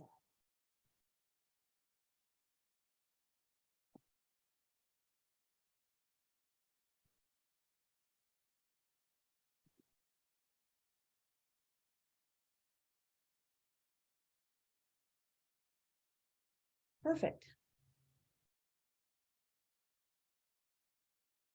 Guys, with all math. Guys, remember, this is not a math class. This is not a math test. This is a real estate exam with some math in it. This is why we give you lots of practice. Remember, we're recording. You can go back through at your own pace. You got to practice, though. If you're sitting there right now going, oh, I can't do it, then, I mean, you're probably right. I can't change that, right? But if you go spend some time with it, if you practice it and let it sink in.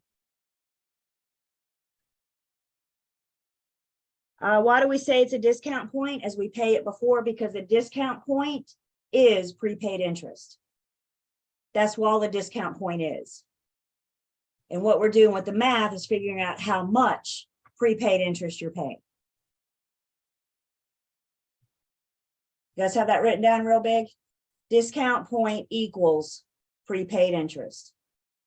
I think this is one of these things that you guys really do like to make harder than what it is. And honestly, if we were for real in lender school, we would be spending a whole lot more time on this. We'd be getting a lot more deeper. We're just scratching surfaces.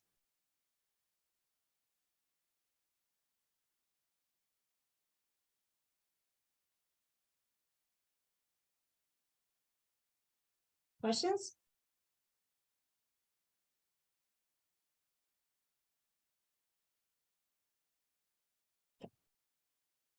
Let's take a break. We come back. We're going to wrap up unit 14 and head on into 15.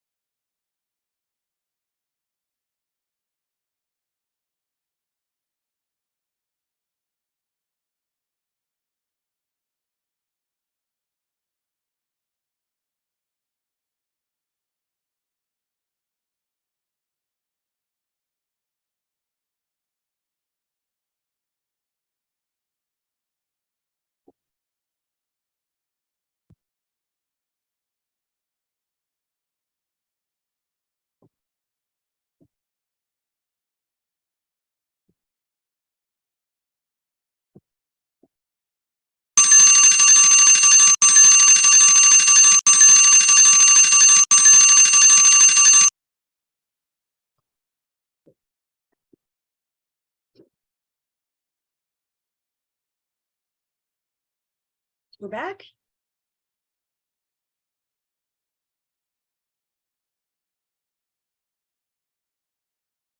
All right, so I am taking attendance. And Bernice, I just got you. You're in. Sean, you're in. I just got you guys. Real quick, before we wrap up unit 15, somebody asked in chat, and thank you for reminding me. I'm my little brain sometimes. Question came in about some supplemental material. Is there other things besides the book and the online learning system? I need you guys to be very careful about going to Google and searching pre-licensing material, because we know how good, how reliable that Google search can be sometimes, right? I cannot validate the internet. There's no way I can do that. So I need you to be very, very careful before you go out on your own and start searching extra study material. If you do want to do that, just please make sure that what you're finding is in North Carolina. I had a student once, and the poor thing came to me about in tears. She was so confused. Come to find out, she'd gone to Google, she had done a search, she found a pre-licensing instructor. She was following the pre-licensing instructor, but guess what? That class was a Florida real estate exam. My poor girl was studying the wrong state. No wonder she was confused. So just be aware that there's a lot of information. So what are some other sources that I can recommend?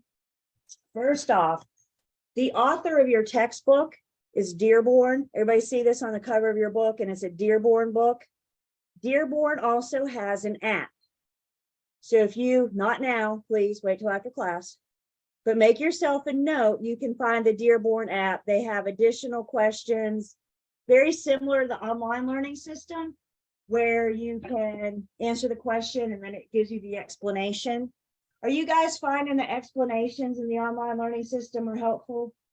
I mean, that's the valuable piece of it, right? Because not only does it say right or wrong, but then it explains to you why it's right or wrong. So some additional questions. Again, there's a charge for it. I don't know how much. But Dearborn, the author of your textbook. Another resource I can recommend, when you guys got your book from Lane, she had this, hang on, let me find me so I can make sure you see. She had this flyer in here for Exam Smart. So you should have this in the material you got when you got your book in the mail from Lane or when you picked it up. And this flyer on Exam Smart, again, is meant to prepare you. So there's additional practice questions. What else? Videos covering topics, flashcards. Again, there's a cost for this. I don't know how much, but it'd be worth looking into if you're looking for additional supplemental material. If you don't have the flyer, just reach out to me after class and I'll send you a screenshot of this so you can access it. But you can just Google, it's Exam Smart.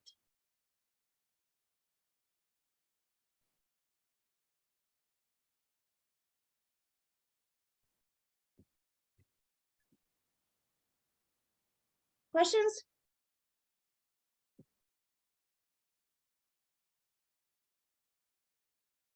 I need you to reach out to me outside of class, please, because I won't see this in the chat.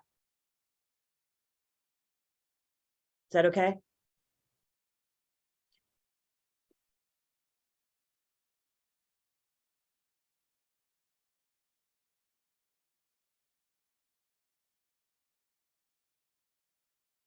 Okay. One more piece of math in unit 14. We're almost done with math. We can put our calculators down for a minute. All right, one more piece of math. And the last piece of math to talk about in unit 14 is something called the loan origination fee. The loan origination fee is what the lender charges the borrower to originate the loan. There are costs involved with processing the loan. There's manpower, administrative. We need some paper. We need power. We need internet, right? There's fees involved for the lenders to work. And one way that the lenders can pay their bills is by charging a loan origination fee. Charging the borrower to originate the loan. The loan origination fee is a percentage of the loan amount. The problem has to tell you what that percentage is. There is no set amount. There is no formula. Remember, all lenders are different. So some may charge 1%, some may charge 2%, right? So the problem's got to tell you. And the loan origination fee is a percentage of the loan. Remember, all lender charges are based off of the loan amount, not the purchase price. So in addition to our loan origination fee, in addition to our discount points, we have another charge at settlement for the loan origination fee. So again, similar problem. We know our purchase price. We know it's an 80% loan to value ratio. So the first thing we need to do is find the loan amount. Purchase price is what the buyer and the seller are contractually obligated to each other. The loan amount is how much the borrower expects the lender to bring. So I got a loan amount of $212,000. Then to find the loan origination fee in this case, we just say times 1%. The problem has got to tell you that 1%. So in addition to discount points, what was that, $4,240 for discount points? This buyer will also bring $2,120 for loan origination fee. Buyers have lots of debits. They have lots of monies that they have to bring to closing. And buyers' debits and credits and sellers' debits and credits are math that we are going to look at next week in Unit 21. So the loan origination fee is what the lender charges the borrower to originate the loan.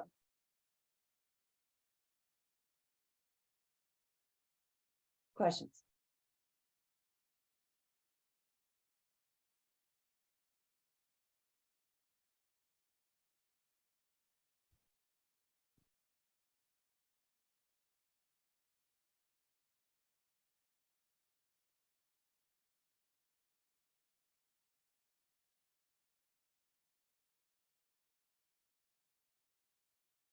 Okay. All right, put your calculator down for a while. I got practice for you guys, never fear. We'll talk about that in just a second. First off, let's wrap up Unit 14. And the last thing we need to talk about in Unit 14 is just some different loan repayment plans. These loan repayment plans are all going to be green stars, very basic understanding, except for this first one is a yellow star. The reason the first one is a yellow star is because this is what we deal with the most often. This is what we have been discussing. This idea of a fixed rate level payment. Your principal and your interest are the same every month for the life of the loan. When you guys see in these repayment plans and you see rate, that's referring to the interest rate. So once that interest rate is locked in, it's a done deal. And these fixed rate level payments are the amortized loans we've been working, where your monthly payment, your monthly debt service is the same every single month.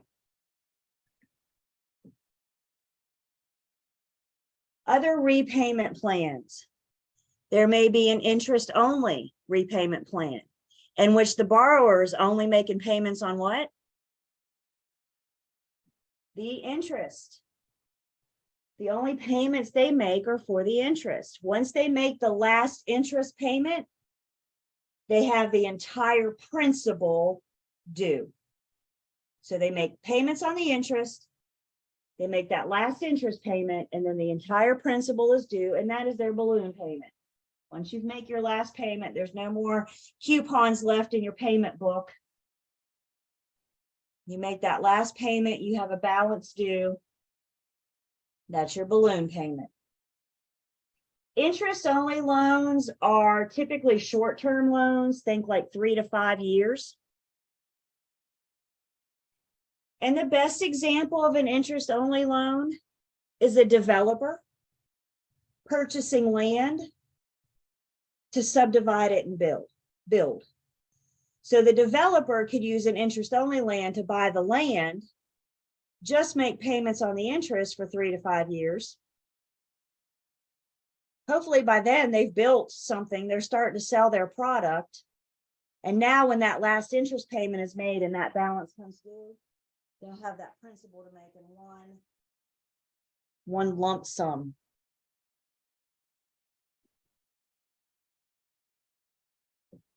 Another repayment plan is an adjustable rate mortgage, also known as an ARM. Again, with rate referring to the interest rate, that means that the interest rate fluctuates up and down during the term of the loan. Your interest rate fluctuates, it's adjustable. There's a really nice picture of an ARM in your book on page 379. It shows you those adjustments. Oftentimes they're predetermined in the promissory note.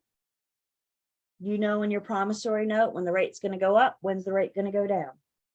Principal stays the same, interest rate fluctuates. We don't have to do that math. Here's good news. I don't even know how to do that math. That's a sign up for lender school kind of math. And I'm not signing up for lender school.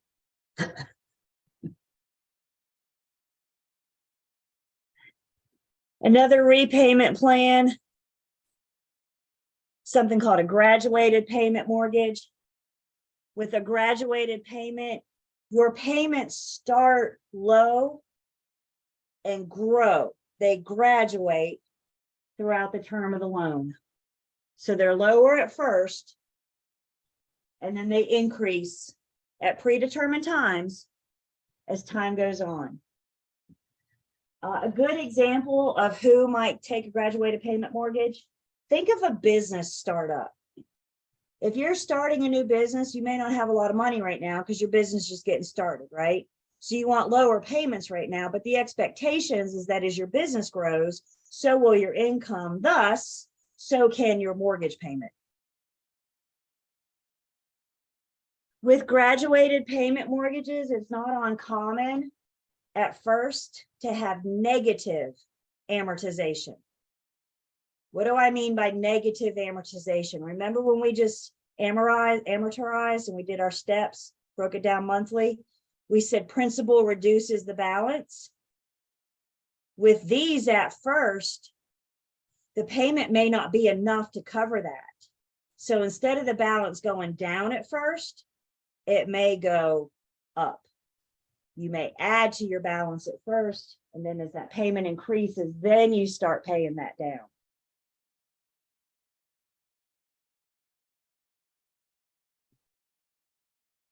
That balloon payment is once you make your very last payment. Once you're done, you make that very last payment. If you have a balance due, anything due, that balance due is referred to as your balloon payment. That'll be due in one lump sum.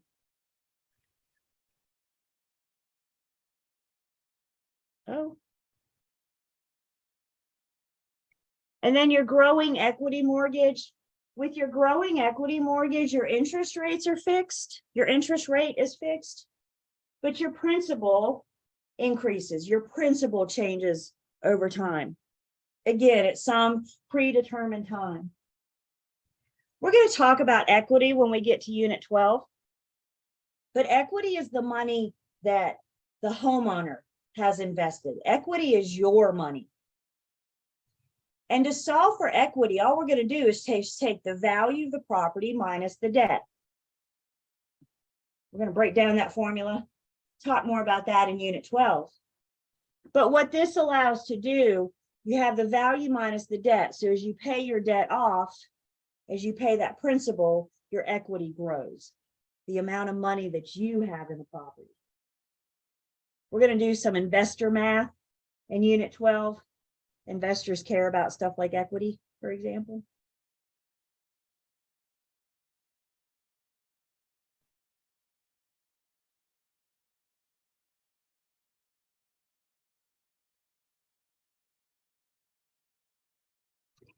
And that gets us through Unit 14. There's those key terms on page 363. Guys, remember, lender language is a whole separate language. Basic 101 says to know what the words mean.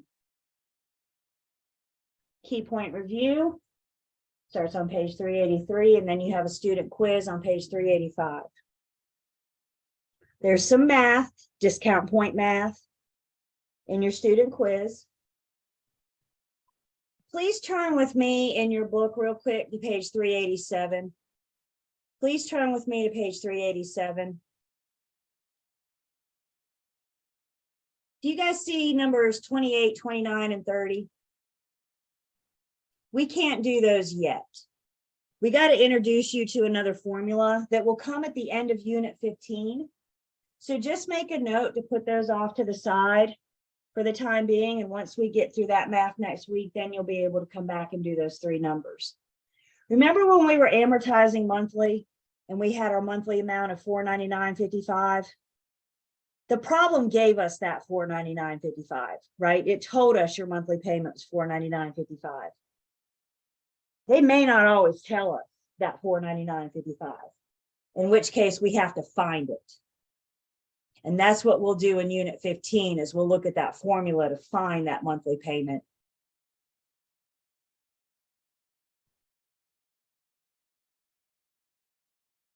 So 28, 29, and 30 on page 387. Just put those off to the side for now.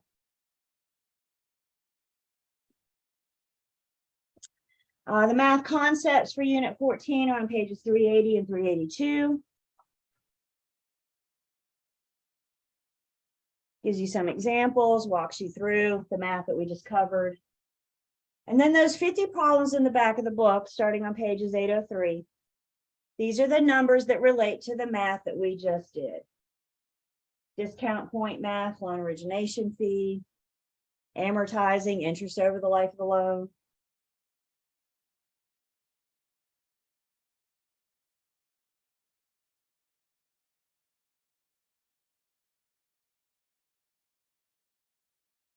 Questions on unit 14?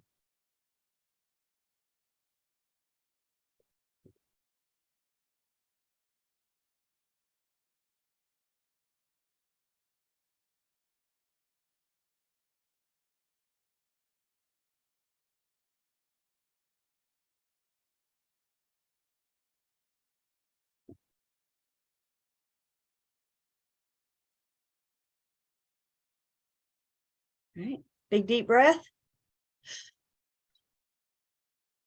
Unit 15. Unit 14 was kind of the application of the financing world. Unit 15, we're getting into the in practice, the day-to-day things that you and I can assist our buyers with as they're going through this loan process. A big thing we can assist them with is helping them understand this loan process. They will come to you with questions. So having a basic understanding, knowing what we can do to assist in the loan process will help. It'll help a big ways in working through getting us to closing. So our roadmap, we're going to talk about the different types of conventional or mortgage loans. There's conventional loans, there's FHA loans, there's VA loans, USDA loans. So we're going to talk about the different types of loans. We're going to describe the players in the mortgage lending practice. There are several players involved that we need to introduce you to, and we'll define their role. We're going to explain the lending practices and procedures, kind of give us a basic understanding of how this all works. And then we got some math. We're going to show you how you calculate that monthly principal and interest in the event that the problem doesn't give it to you. So we got a formula. And then we're going to do some math on qualifying a buyer, helping our buyers know before they go out and look at property, if they can afford that home. If the lender's not available, we may want to do a quick pre-qualification on our own to make sure that we're not wasting both of our times. I don't want to spend all day with you on Saturday showing you properties in the $300,000 range just to find out you're only pre-approved for $150,000.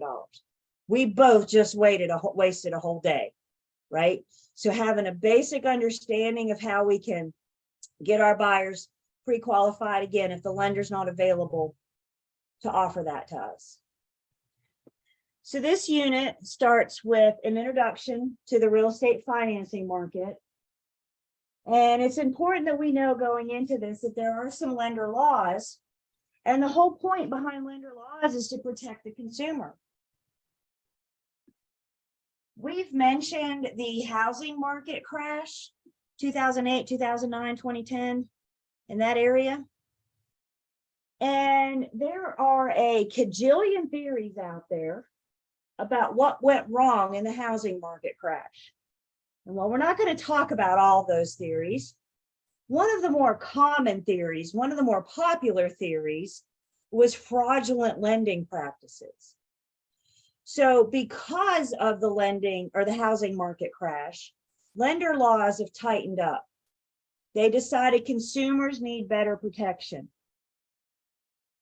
As a result of the housing market crash, we now have the Consumer Financial Protection Bureau, lender laws to protect the consumer.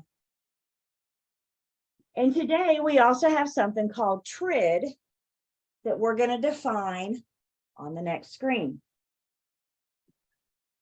The results. Guys, please understand, always remember, real estate is a market.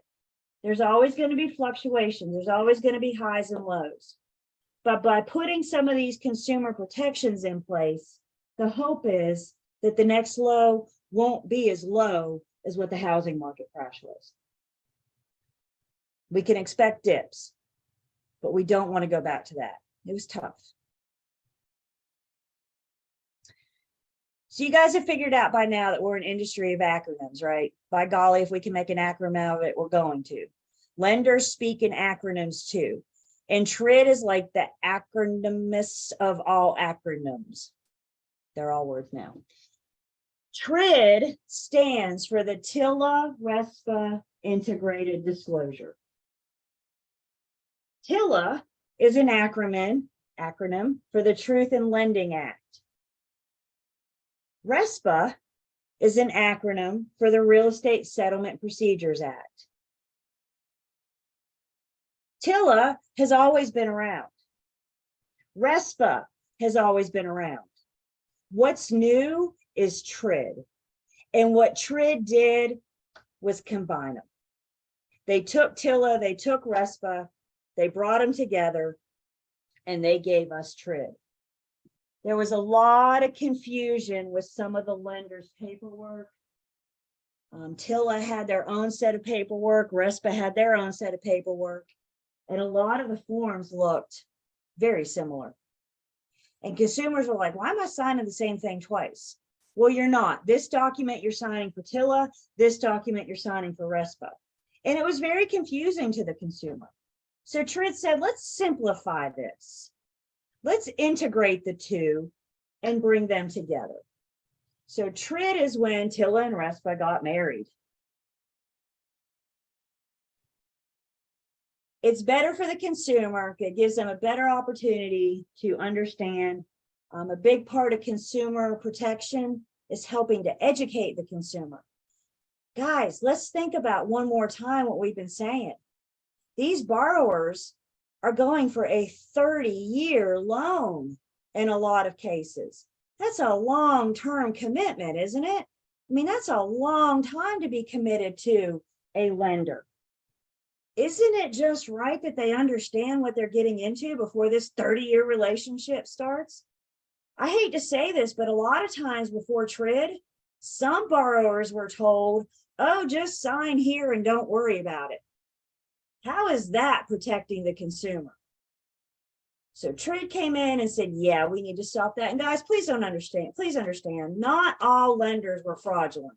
Not all lenders were bad. There were, and there still are, lots of good lenders out there. I'm certainly not trying to say all were bad, but there were some out there, evidently enough, that they decided we needed better consumer protection practices in place. And that's what TRID is about. Even though they're now integrated, even though they're now together, TILA and RESPA still do serve two different purposes. When you see TILA, I want you to see the word lending. TILA tells the consumer the cost to get the loan. TILA tells the consumer, how much is it going to cost me to get this loan? All those fees, all those charges, what are all those costs? When you see RESPA, I want you to see the word settlement. RESPA tells the consumer what is their cost to close. So TILA tells them the cost to get the loan. RESPA tells them the cost to close. The two now are in cahoots. They're working together, helping for better consumer protection. We're going to talk a little bit about TILA in this unit. We're going to talk about RESPA in unit 2021. So we're going to revisit both, talk a little bit more about both.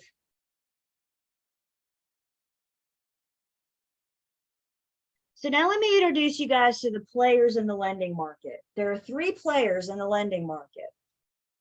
And the first player, the top tier of the lending market, if you will, is the Federal Reserve System, also known as the Feds. The Feds help the supply and the flow of money in the economy.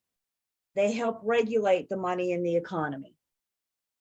Understanding that the economy is also a market. It's going to have highs and lows. The Feds are there to help prevent extreme highs and extreme lows. We got to allow for fluctuation, but the Feds regulate it. They say we're going to keep it within these parameters. A very high economy is not good. A very low economy is not good. Y'all ever heard of the Great Depression?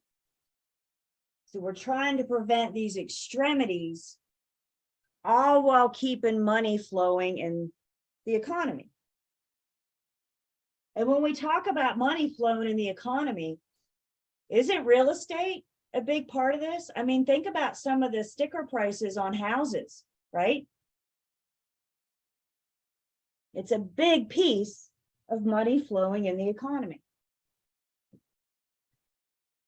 One thing the Feds do in the mortgage lending piece of it is the Feds can give money to the lenders.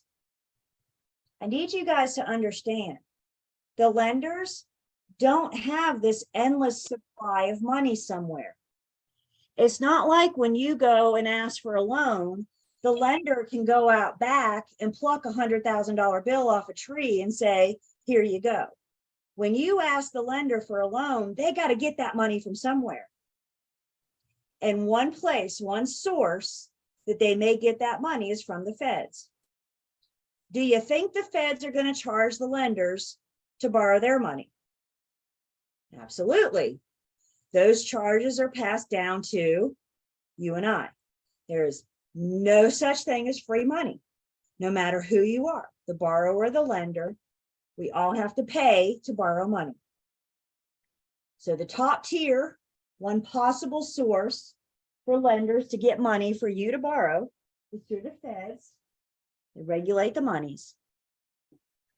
The next tier, the next player in the lending game is the primary mortgage market.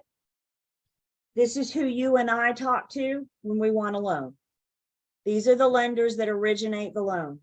When you go into Bank of America or Wells Fargo or Movement Mortgage or Fairway Mortgage, and you go in and say, I want money to buy a house, who you are talking to is a primary mortgage market player. They are the ones that originate the loans to you and I. They make their money, primary mortgage market players make their money on finance charges. We just talked about loan origination fee, for example, by charging that loan origination fee that helps pay their bills.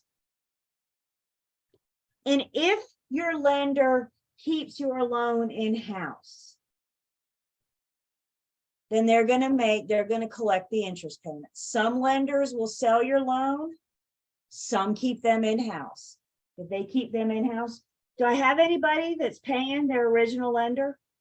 They're still making payments to the one that originated your loan? Yeah, there's like 2 of you.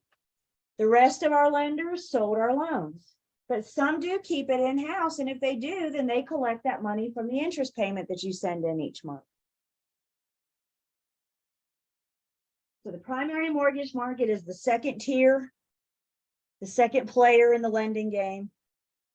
And they're the ones that you and I communicate with. If these lenders are going to sell their loans, if they're not going to keep them in-house, and if they're going to sell them, who they're selling them to is a player on the secondary mortgage market. It's the third tier. It's where the loans are serviced. If I'm a lender on the primary market, I have a pool of money available to lend out, right? I got some money, maybe from the feds, but I got some money to lend out. And once I give you, and you a loan, I have no more money. And if I have no more money, I can't originate any more loans, right? So one way the primary mortgage market can stay in the game is by selling their loans to the secondary mortgage market, thus replenishing their funds. And now I have money to lend to you, and you. So it allows, by the lender selling your loan, servicing your loan to the secondary mortgage market, it allows money to keep flowing in the economy. If your primary mortgage market lender has no more money, they can't originate any more loan. So they can sell their loans to the secondary mortgage market, keep money flowing in the economy, and keep themselves in business in some cases.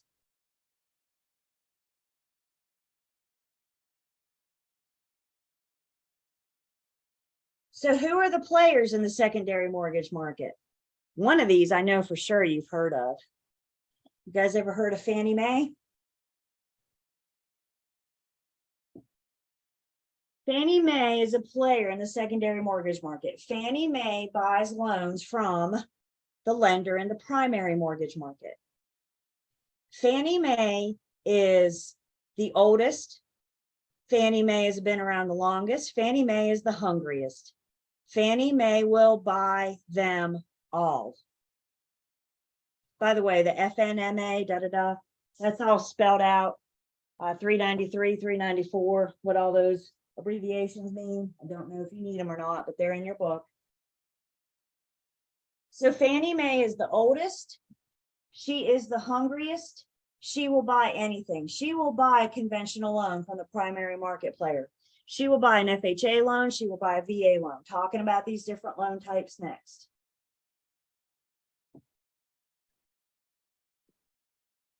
Another member of the secondary mortgage market is Ginnie Mae. Jenny's a little bit more particular. Jenny's only going to buy FHA and VA loans. And one thing that we're getting ready to learn about FHA and VA loans is they are backed by the government. FHA and VA loans are government backed. And that's one way I remember Ginnie buys the government loans. GG. You guys see that? Ginnie buys the government loans. GG.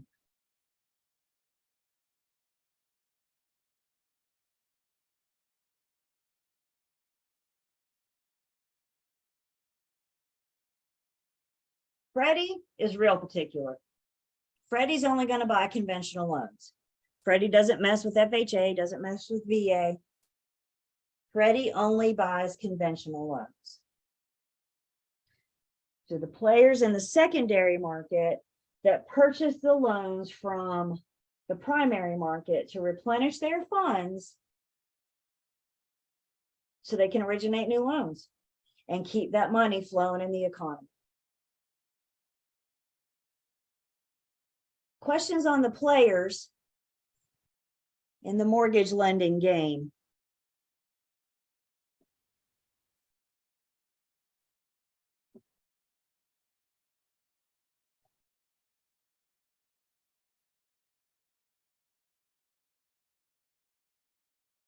You guys may want to make a note. Page 394, 395 in your book talks about the housing market crash.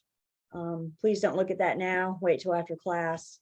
but that kind of gives us a little history lesson, why we are where we are and why we are trying to prevent ourselves from going this low again. Again, we're always going to have highs and lows, but I'm telling you guys, as somebody that was into the industry, as somebody that lived through the housing market crash, it was tough. It was a rough time for the entire industry. So that just gives you a little history, helps you better understand why we are where we are today. Question came in, what's the bank's role in the mortgage lending game? The bank is the primary mortgage market. They're the ones that we originate the loans from. You and I originate our loans.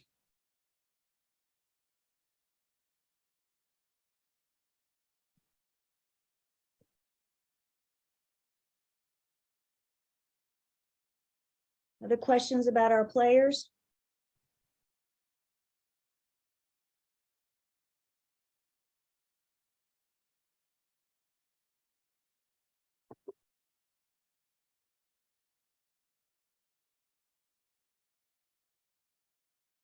So let's talk about our different types of mortgage loans. Several different options out there for consumers, for borrowers to decide. The first type of mortgage loan we have is a conventional loan. This loan is not backed by a government agency. And what I mean by that, the government is not offering a safety net to the lender in the event of the borrower's default. Remember, you guys, you're not going to hit the lender's radar as long as you're making those monthly payments every month. The lender has a problem with you when you stop making those monthly payments. Now we got an issue. And conventional loans are not backed by a government agency, which means the lender bears all the risk in the event of the borrower's default. The lender's going to lose. They have no backing, no safety net by the government agency. And one way that a lender can help soften their risk, one way they can help protect themselves, is by charging the borrower PMI, also known as private mortgage insurance. And on conventional loans where the loan to value ratio is 80% or higher. Loan to value ratio is 80% or higher. The lender will generally charge private mortgage insurance. That's what they have to protect themselves in the event of the borrower's default. So they charge this insurance to the borrower. In the event of the borrower's default, the lender's collected a little bit of money to help soften that blow. If your loan is originated, conventional loan is originated less than 80%, the lender won't charge PMI. If it's originated at 80 or more than 80%, and then once you make a few payments or however many payments and it gets below 80%, they'll usually drop PMI. Once we get below that 80%, they'll drop it. The lower the loan to value ratio, the less risky you are to the lender.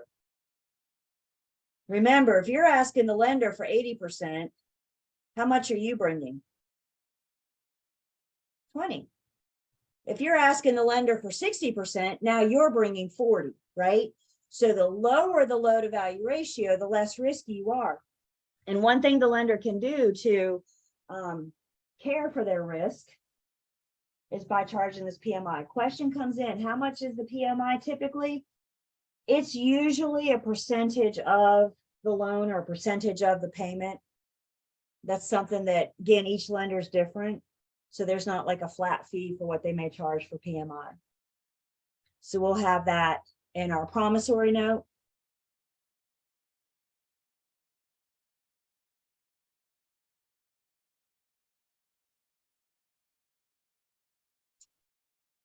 With conventional loans, they may be conforming or non-conforming.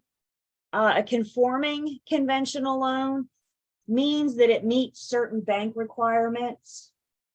It has certain guidelines met that allow for a sellable loan. It conforms. A non-conforming conventional loan then means it doesn't meet those certain requirements. And this lender will want to keep those loans in-house, or will need to keep these loans in-house.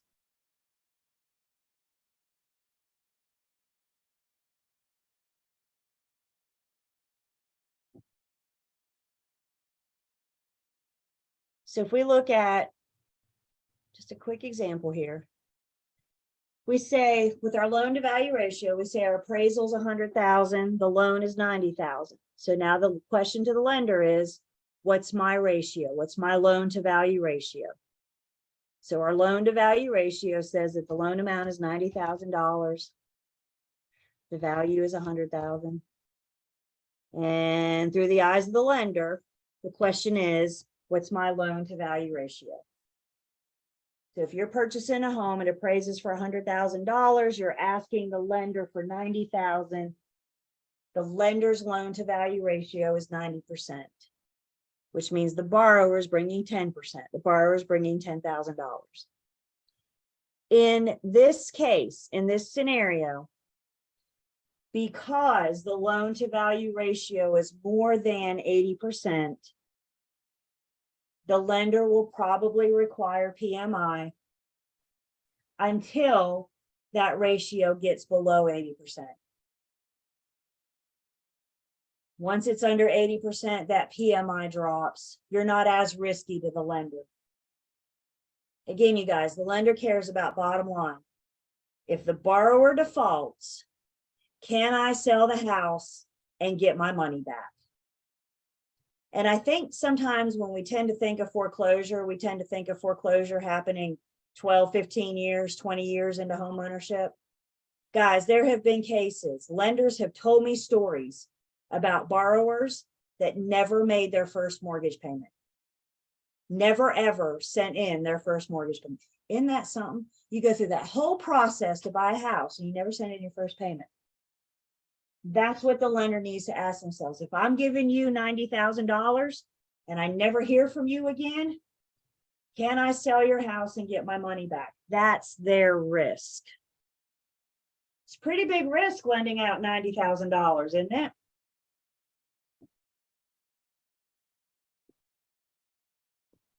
Questions on the conventional loan?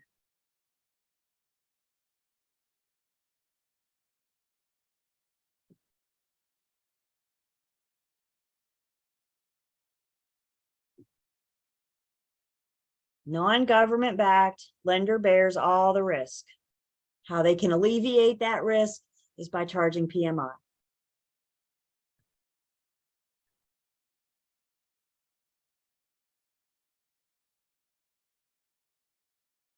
Another type of loan product available is called an FHA insured loan.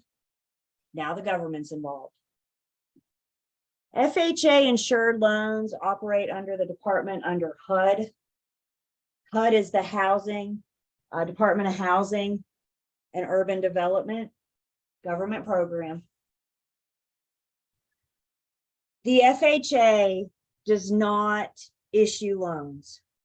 The FHA does not originate loans. They don't set interest rates. They don't determine fees. The lenders are always free to charge what they want to charge. What the FHA does is insure the lender in the event of the borrower's default. The FHA gives the lender a safety net and says, if your borrower doesn't make their payment, if they foreclose, we will help you out of this. We will help bail you out of this. They help the lender bear the risk. As you can imagine, because the government is involved now, it's a tighter approval process. It's a stricter approval process to get approved for an FHA loan. for the people and the property. Not all properties are going to qualify for an FHA loan. The FHA needs to make sure that the home is satisfactory. We don't want to buy a home that's about falling down, knowing the homeowner's got to put a whole bunch of money into it soon. Because then the lender starts saying, well, if you start putting a bunch of money into it, how am I going to get paid? So there's tighter approval processes. For example, if the roof is 30 years old, we may not get FHA approval for the property. If the home has chipped paint and it was built prior to 1978, now we're in danger for lead poisoning. We may not get, the property may not get approval. When you start working with an FHA buyer, you can go to various sources. Your firm will help you. And sometimes you can pull up a list of home features, property features that FHA won't approve. So when you're working with that FHA buyer, if you walk in the front door and see chip paint, you may want to advise your buyer not to make that offer because FHA probably won't approve. Does that make sense? I mean, they actually give you a list of things that say, if we see this, we're not going to approve it. Another thing about the FHA is the loan to value ratio is usually a lot higher. If the people approve, if the people are qualified for an FHA, in some cases, and this is the number last I knew it, so y'all don't, write this down in pencil, don't hold me to this. You won't be tested on this, but just to give you an example, last I heard, FHA buyers can put down as little as 3.5%. So if I'm putting down 3.5%, what's the lender's loan to value ratio? That means the lender's loan to value ratio is 96.5%. Why can they offer a loan to value ratio of 96.5%? Because the government has given them a safety net. The government has insured the lender. You lend them 96.5%. If they default, I'm here to catch you.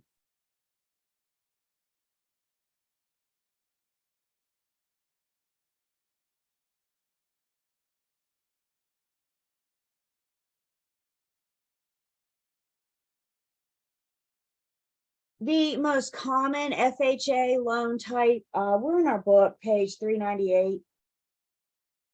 The most common loan type, assumption rules, 203B.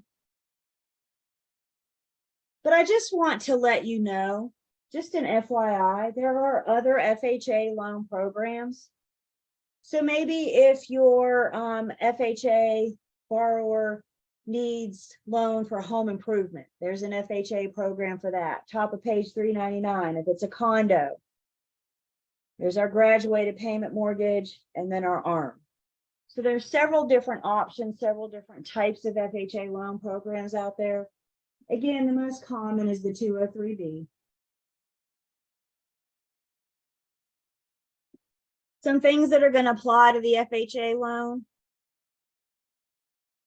FHA will only insure residential loans on 1 to 4 units. If it's a commercial, FHA won't insure the lender. If it's a 5 or more unit, FHA won't insure the lender. We'll have to do another loan type. FHA does require owner occupancy in one of the units. So if you got a duplex, you got to live in one of the units to get the FHA loan. FHA is not going to charge PMI. PMI is only for conventional. But the FHA may charge a MIP or a mortgage insurance premium. This is a one-time fee charged to the borrower at closing. So we don't have PMI, but with FHA, it's not uncommon to see a MIP, just a one-time fee. FHA loans cannot have prepayment penalties. We talked about these Tuesday. Prepayment penalties would be the lender charging you for paying the loan off early. FHA loans could not charge prepayment penalties.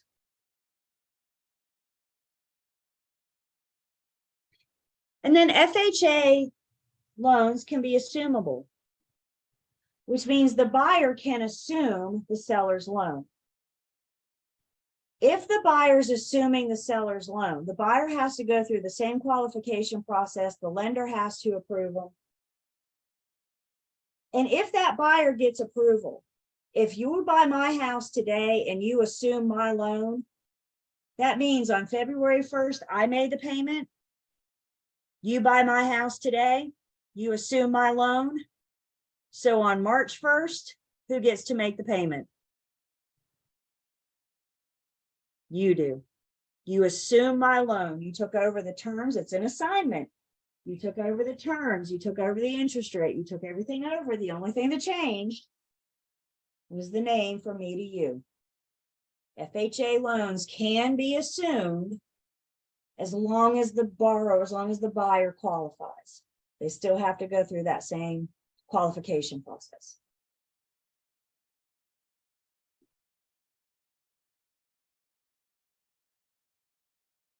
Questions on FHA loans? FHA insured, insured by the government. Government insures the lender.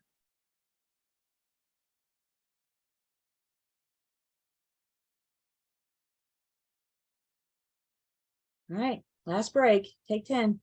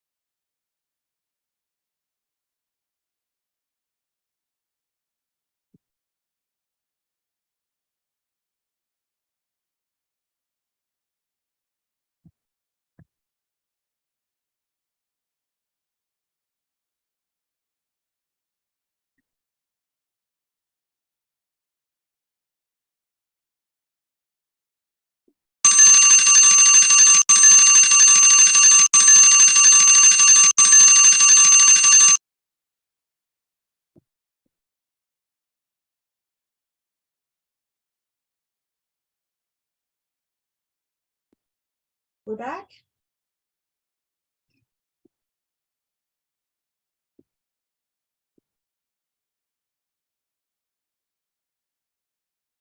All right, I'm going to take attendance.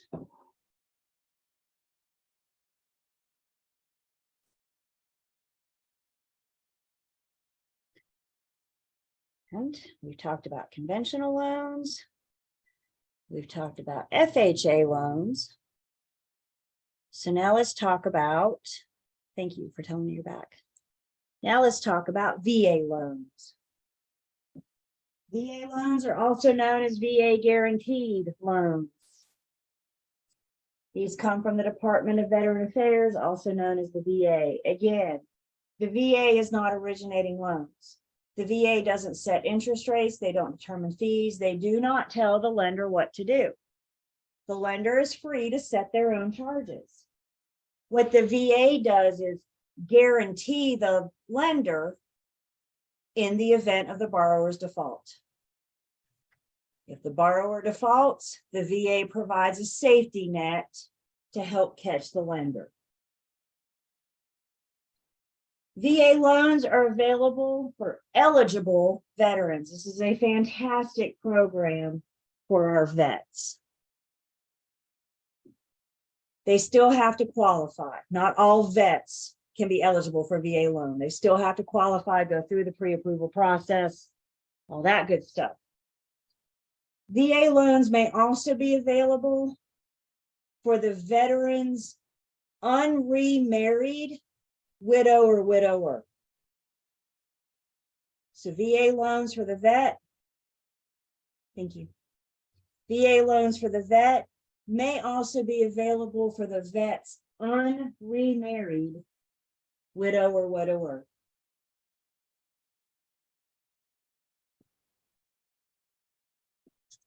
VA loans also apply to residential property only, no commercial. Must be 1 to 4 units. A 5-unit property is not going to apply for a VA loan. And again, one of those units has to be owner occupied. The eligible vet, the approved vet, has to live in one of the units in order to qualify. So again, the VA is not setting loan terms. The lender sets the loan terms. What the VA does is guarantee the lender in the event of the borrower's default. As with the FHA, the approval process is much stricter, not only for the people, but also for the property. A huge perk for the VA, a huge perk for the vet, I should say. Eligible vets may be able to get 100% financing. If an eligible vet is getting 100% financing, how much are they bringing to closing for their loan? 0. Isn't that nice? Isn't that a nice program for our vets?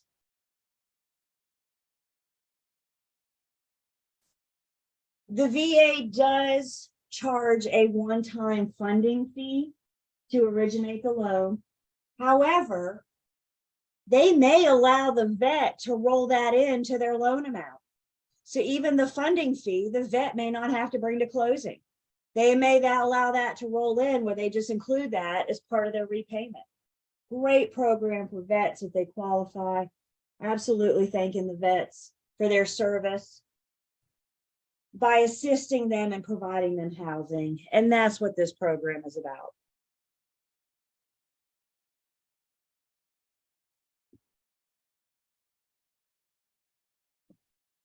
Each eligible vet gets what's known as a certificate of eligibility. The certificate of eligibility tells the lender how much the vet is approved for. Certificate of eligibility tells the lender how much the veteran is approved for. A veteran gets 1 certificate of eligibility at a time. So if you have a VA loan out there, you're not going to be able to get another VA loan until it's paid off. If you want to buy another property, you got to go conventional or FHA. You only get one certificate of eligibility at a time. And the appraisal process in the VA is known as a certificate of reasonable value.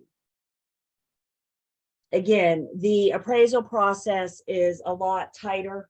The property has to pass. Guys, please understand, not all homes are eligible for FHA and VA. The home has to follow too. I had VA buyers a couple years ago, and they were buying a flip house, and the appraiser went out, and I mean, the sellers were in the throes. They were just about finished flipping, but they still had some loose ends, some few things left to do on their checklist. And when our appraiser went out, one thing that the sellers hadn't done yet, you know, the plates that go over electrical outlets and the plates that go over light switches, what are those, like 27 cents at Lowe's, something like that? Y'all know what I'm talking about? The plates hadn't been installed yet. And we were told that we were not going to get loan approval until those plates were installed. It was on their list. I have no doubt they weren't going to do it. They just hadn't done them yet when the appraiser did it. So they got them in. I called the appraiser, the lender, said, we got them in. Are we good? And they said, well, we need to send the appraiser back out. Can I take pictures or video or something? And they were like, no, the appraiser has to approve this. So we had to reschedule the appraiser. Y'all know my closing was delayed because of electrical plates, because of light switch plates. Remember when we talked about delays in closing and I don't have a crystal ball and anything's possible? Ta-da. So by the appraiser, and again, that's that tight process. Because think about it, when you have an open electrical box, don't kids like to stick their fingers in places? So I get that this could be a danger. I get that this could be a hazard. It's a much tighter approval process, both for the people and the home, especially if they may be eligible for 100% financing and the government's backing it.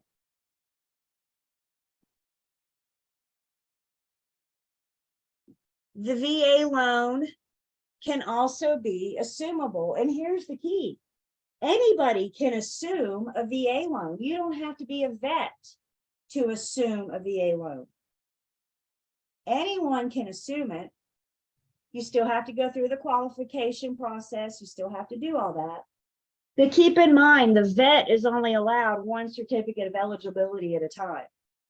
So if you assume my loan, that loan's still out there. And I wouldn't be able to get another VA loan until you pay that off. One certificate of eligibility, one VA loan at a time, or within that amount. Once that gets paid down, you get your restoration, or the vet gets their restoration of entitlement. That restoration of entitlement says now they're eligible for another certificate of eligibility. So once you get that loan paid off, you may be able to qualify that restoration, get you another certificate of eligibility. And as with the FHA, the VA cannot charge prepayment penalties. The VA lender cannot charge prepayment penalties. So they can't charge a borrower for paying it off early.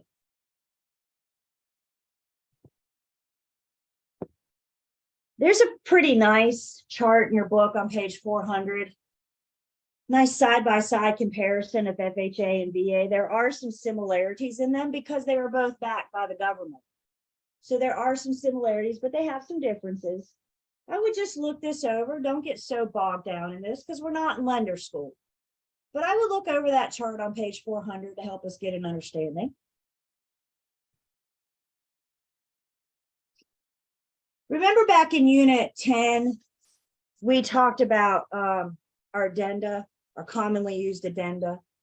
And one of those addenda that we talked about was our FHA VA addenda. If you are helping a buyer write an offer and that buyer is getting an FHA or a VA loan, we need to make sure that we include that FHA VA addendum. That form does two things. First off, it protects the borrower's earnest money in the event that the property doesn't appraise and they choose not to carry through with the purchase.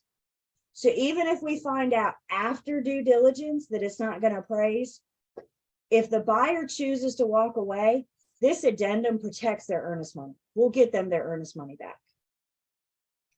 The other thing that the FHA VA addendum did is in regards to the VA loan. And there are certain inspections that the VA will require the borrower to get. For example, the VA requires the borrower to get a pest inspection. However, the VA doesn't let the borrower pay for it. So if the buyer's not going to pay for the pest inspection, who's left? Who's going to pay for it? The seller. As the listing agent, do you think that's important to discuss with your seller? Have them have that information when they're deciding if they want to accept this offer, reject this offer, or counter this offer. So that's what we're doing with this FHA VA addendum, is we're alerting the seller to the fact there may be required inspections and the buyer may not be on the hook to pay for them, which means you are. Pest inspection always. If it's on a well, if the water's a well inspection will be required. If the property's on an on-site septic system, then a septic inspection will be required. And again, the seller's not on, or excuse me, the buyer's not on the hook to pay for these.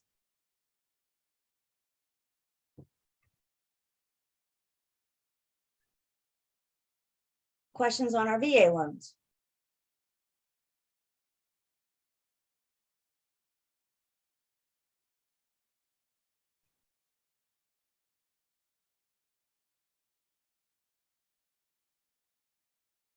Another loan product we have, loan type we have, is a USDA loan. What do you guys think of when I say USDA? If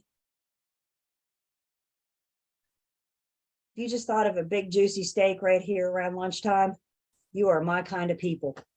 Meat, right? Agricultural, farmland.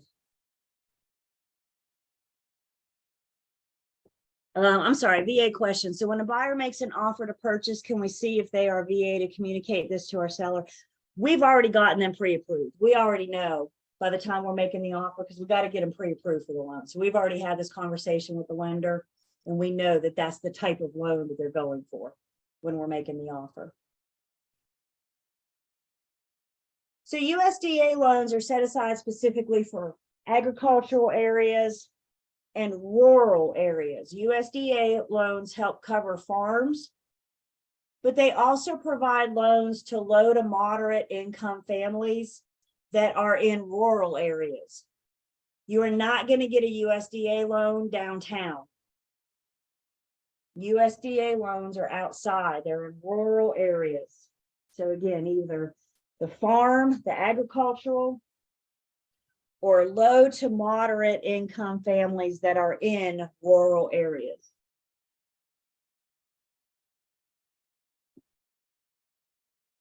In order to qualify for USDA, again, it's got to be in a rural area. The family may be in need of safe or decent housing, and they have no other financing available. Great program for low-income families in a rural area. Absolutely can assist in helping them get in a home.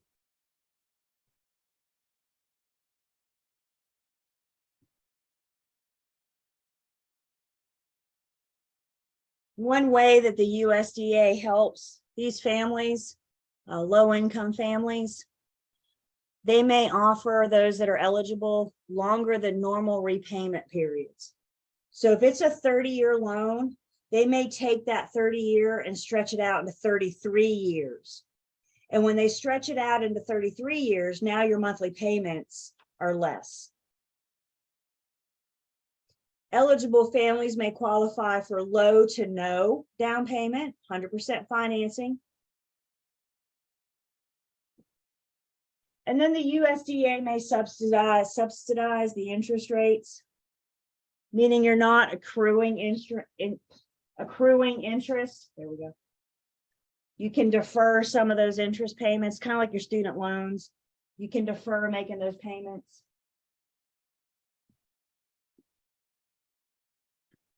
When you are working with a USDA buyer, before you take them out and show them property, you're going to want to go to the USDA's website. And on the USDA's website, you can find a map, and it'll tell you if that property is located in a rural area or not. So I don't know what you can see, but the little pin dot right here is Winston-Salem. The yellowish area means that it's not in a rural area. It means that it would not qualify for a USDA loan. So if your buyer thinks they want to see a property in this yellow area, don't show it to them, because they're not going to get approval for USDA. If you're familiar with Winston, you got to go out a bit, don't you? You got to come up here to Tobaccoville, Belews Creek. Y'all check it out. Look at Rural Hall. Look at little old Rural Hall. Rural Hall ain't so rural anymore, is it? As the population grows, they could lose their eligibility for that rural area. Rural is all about population.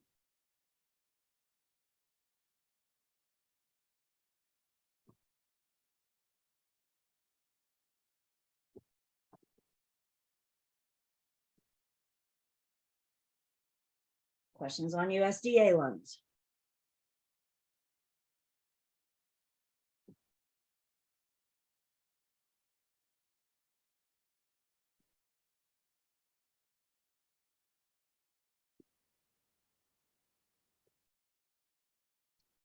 Another type of loan, it's called a purchase money mortgage. Purchase money mortgage is seller financing. Purchase money mortgage is seller financing. Purchase money mortgage equals seller financing. Way too easy to ask you about seller financing on your test. What are they going to ask you about? Purchase money mortgage. With a purchase money mortgage, seller is acting as the lending institution. We go to closing, the buyer buys the house, the property. Instead of making payments to a bank or a lender, the buyer is making payments to the seller.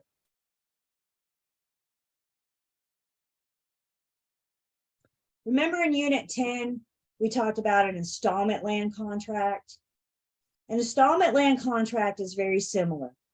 An installment land contract, the buyer's paying the purchase price, but they're not doing it in one lump sum. They're doing it in installments. They're making payments on it. The difference in a purchase money mortgage and an installment land contract is when the deed changes hands. In seller financing, the deed changes hands at closing. We go to closing, the buyer gets the deed, they make payments to the seller. An installment land contract, the deed changes hands once the last payment has been made.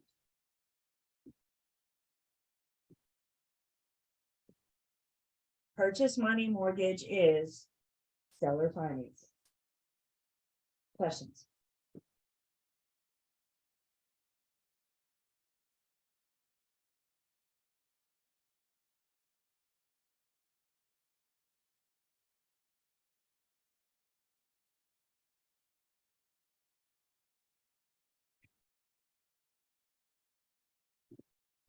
Then on page 403, we rattle off several other different loan types. Again, very basic understanding. A package loan combines the purchase of real property and personal property. So for example, it's not uncommon at the beach when you buy a condo to buy it furnished. And if you're buying a furnished condo, you would do a package loan. You're combining the purchase of the condo, the real property, and the furniture, the personal property. I always think of a bunch of wicker for some reason when I talk about condo furniture. So you're packaging and you're combining the purchase of the condo and the furniture, package loan. A bridge loan is, think about a bridge. A bridge loan is meant to fill a gap. A bridge loan is a short-term loan, and it's meant to fill the gap between one loan ending and another loan beginning. These are very short term, sometimes just a couple days, maybe a week or so. But for whatever reason, we have this gap, we have this period of time. And in order to fill that gap, You get a bridge loan.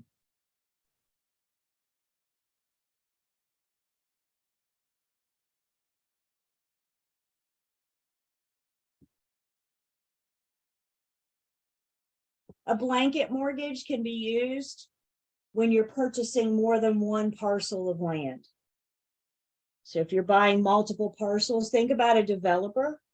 Maybe they're buying 4 parcels of land so they can subdivide them and build on them and resell them. They may use a blanket mortgage to purchase those multiple parcels, to purchase those 4 pieces of land. That blanket mortgage will cover the purchase of all 4 lands.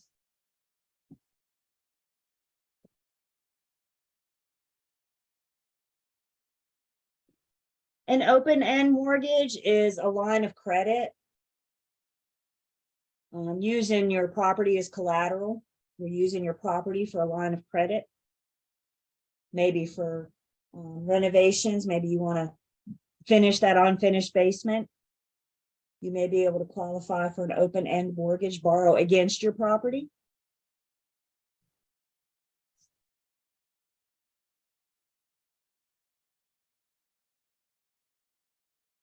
Construction loans are financing to build, financing for new construction.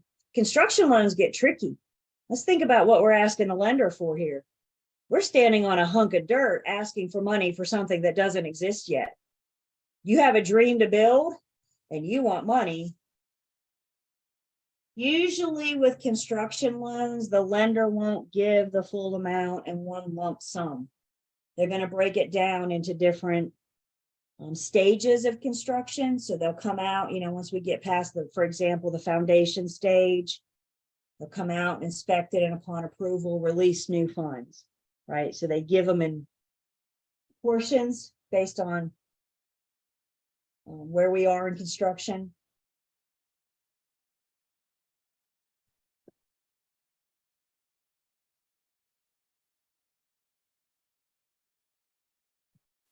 Buy down loans are just a way to lower your interest rate, your initial interest rate. You can get a loan to buy down your interest rate.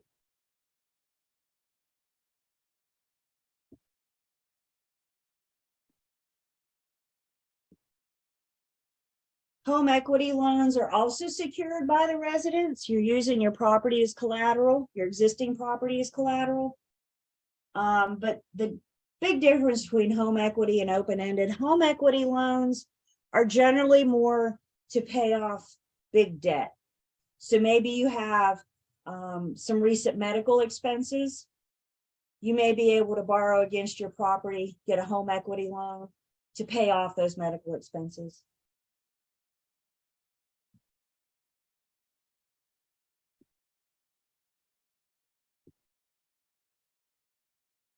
Reverse mortgages are exactly as they sound.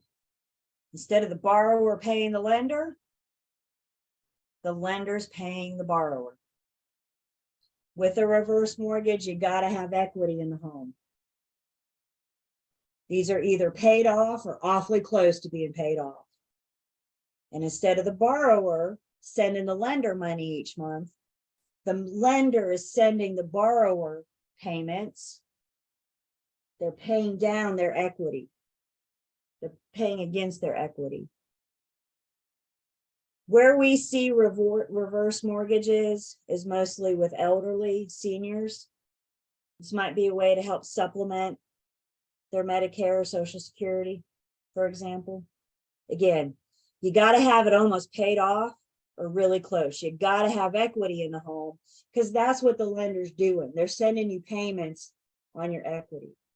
You guys may have seen the current spokesperson for reverse mortgages is Tom Selleck. Have you guys seen his commercials talking about a reverse mortgage? Probably on daytime TV, mostly is where we see those.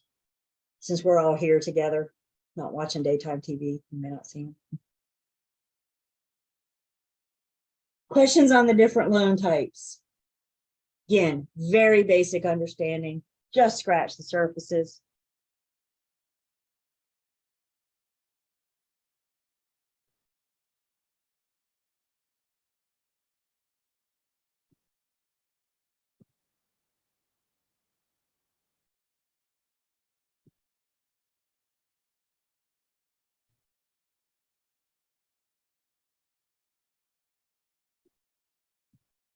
Mortgage priorities, we talked about with liens, lien priority, mortgage priorities are similar. Priorities usually in the order that they're recorded. Mortgages are the same way. You can have more than one mortgage on your property. Your senior mortgage is what you use to buy the home. When you originated your very first loan to purchase the property, that is your senior mortgage. If you get a second mortgage, that's your junior mortgage. The third mortgage, that's your junior mortgage. You can have more than one mortgages on a home. So what lien priority or mortgage priority says, let's look at a timeline. And what mortgage priority says, you purchased the home using your senior mortgage, right? The very first thing recorded after you purchased was your senior mortgage. And then somewhere down the road, you needed money for something. So you took out a junior mortgage on the property. Lien priority says that the senior mortgage is going to get paid first, right? Because they're the ones that recorded first. A subordination agreement is the act of placing yourself in a lower rank. When a subordination agreement would kick in, if after you've originated the junior mortgage, and then you decide to refinance your senior mortgage, your senior mortgage's mortgage priority would move further down the timeline and now place it later down the road. So if this were the case, who's going to get paid first? Who has the mortgage priority right now? And it's the junior mortgage, right? Because you refinanced, you redid that senior mortgage. Here's the deal. The senior mortgage is not going to agree to do the refinance if the junior mortgage doesn't subordinate. If the junior mortgage doesn't agree to still be paid after the senior mortgage. So in order for that refinance to happen, the junior mortgages agree to be placed in a lower ranking. And if they don't, then the senior is not going to approve that refinance because they'll always want to be paid first. I tell you, with a junior mortgage, with your second mortgage, your third mortgage, your interest rate skyrockets. Put yourself in the shoes of the junior mortgage lender. You're in a lower priority. You're less likely to get paid than the senior mortgage. What's one way you can recoup those costs, get you some money? Interest rates, higher interest rates. They're much, much, much more riskier than senior mortgages.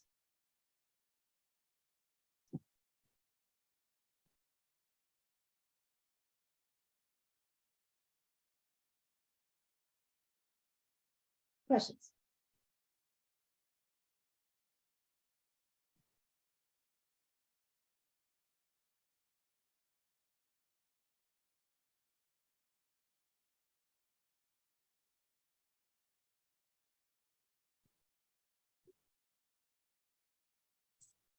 All right, page 405, we're going to switch gears just a bit. Now we're going to talk about these residential lending and practices. This is where you and I can get involved. This is where we can help keep things moving. Hands down, the loan application is the longest part of the contract to closing process.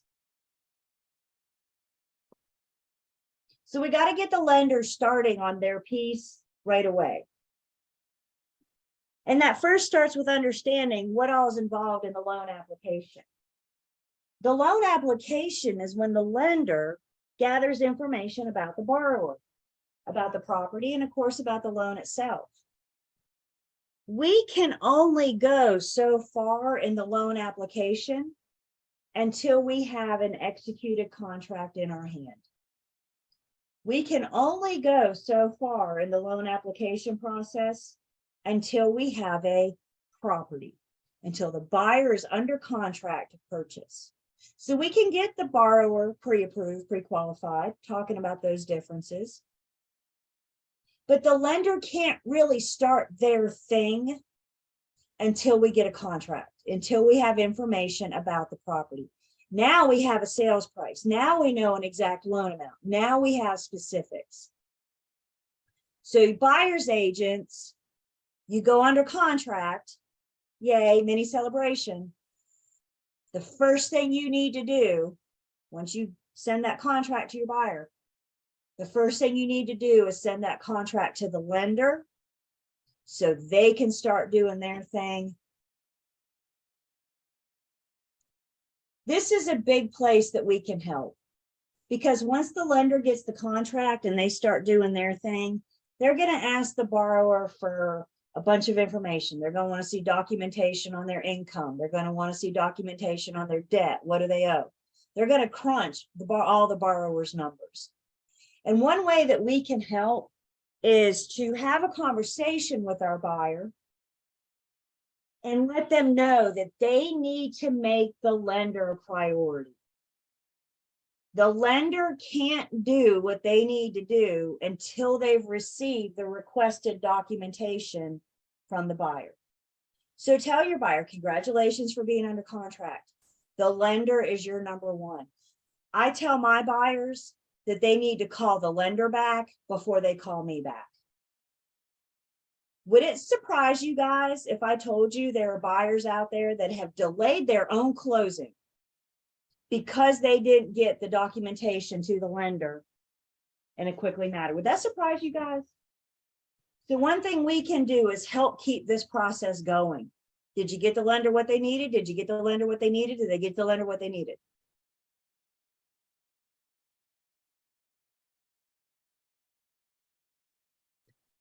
The lender's looking at, when we go under contract and they first start gathering this information, the lender's looking at, consider it like a snapshot of the borrower's debt to income ratio. So we go under contract and the lender's kind of like taking a picture. What does your income look like today? What does your debt look like today? What kind of open accounts do you have?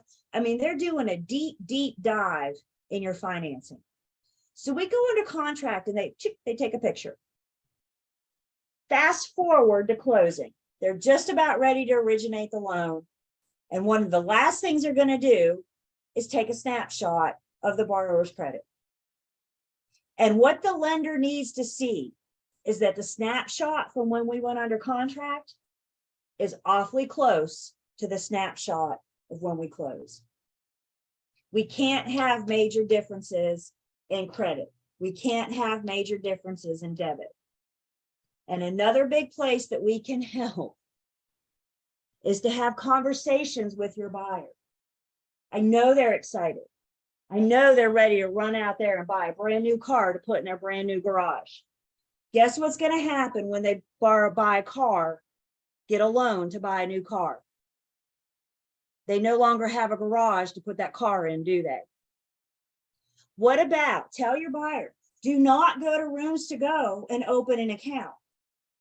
Buy new furniture, because that changes your snapshot. You don't have room to go when you go under contract, but now you do when we're closing, and that changes your snapshot. The numbers that the lender are crunching are initially when we go under contract. So one of the best things that we can do to help in the transaction is have these conversations with our buyers. Guys, these are true stories that I am not making up. I've known, not me, but I've known agents personally that buyers had to terminate because they ran out and bought a new car.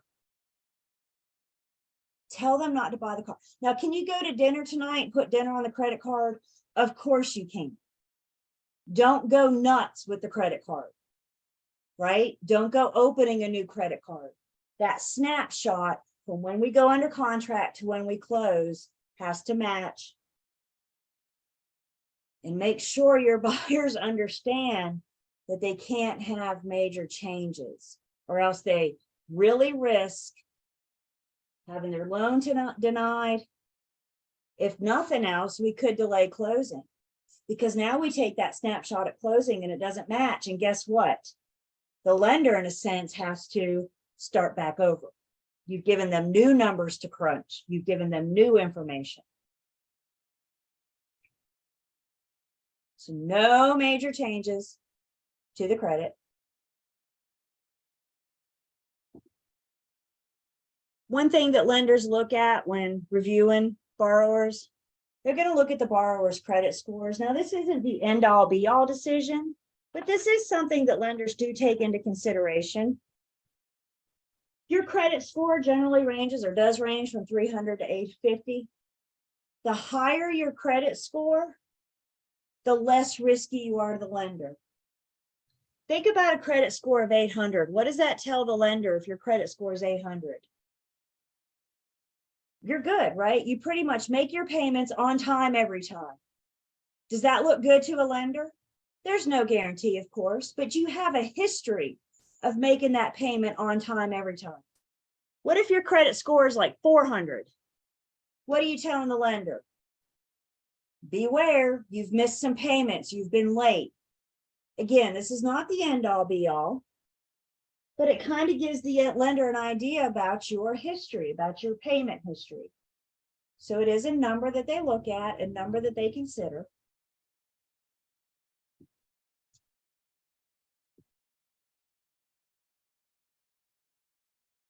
Another thing that the lender will look at is the borrower's credit history. We're going to talk about underwriting in just a second. The underwriter is kind of the one that party of the lender that crunches all the numbers. They look at all the income and debt, and they crunch all the numbers to make it all happen. And when the underwriter is crunching the numbers, man, I tell you, they do not leave a single stone unturned. If you have something in your financial history, the underwriter's going to find it. If you accidentally leave something off on your loan application, the underwriter will find it. They are doing the deep, deep, deep dive into your credit history for this loan approval. And generally the underwriter will go back 2 years of your income to debt history. They're also going to want to see 7 years of your repayment history. Again, they're getting your story. What's your reputation for paying on time? If they have inconsistencies or if they need more information, they may come back and request further back than 2 years. But they generally start with 2 years. Y'all want to hear something ironic? Real estate agents aren't always easy to get a mortgage loan. Isn't that something? Why? Because I don't have consistent income. I don't get paid every 2 weeks. I get paid when it closes. So when they're trying to determine the consistency of my income, they very well may request more than 2 years. Now, please don't misunderstand. I did not just say real estate agents can't get loan approval. I said that we may be harder because we don't have. Isn't that something? The very thing I do for a living, I may not qualify for as easily. I may have to work a little bit harder to show I have income coming in.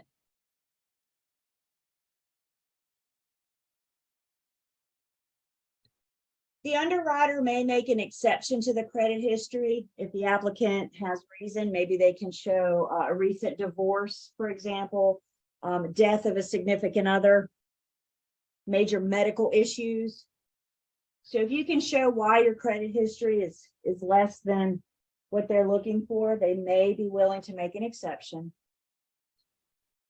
And guys, if you have a history of being late or not making payments, the government's not going to want to back the lender. So you're probably, if you have this history, you're not going to be eligible for an FHA or VA loan. Maybe you could go conventional.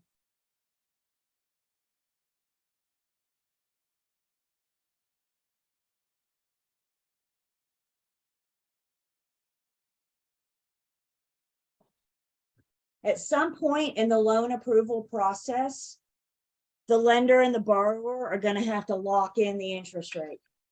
Yeah, do you have a question?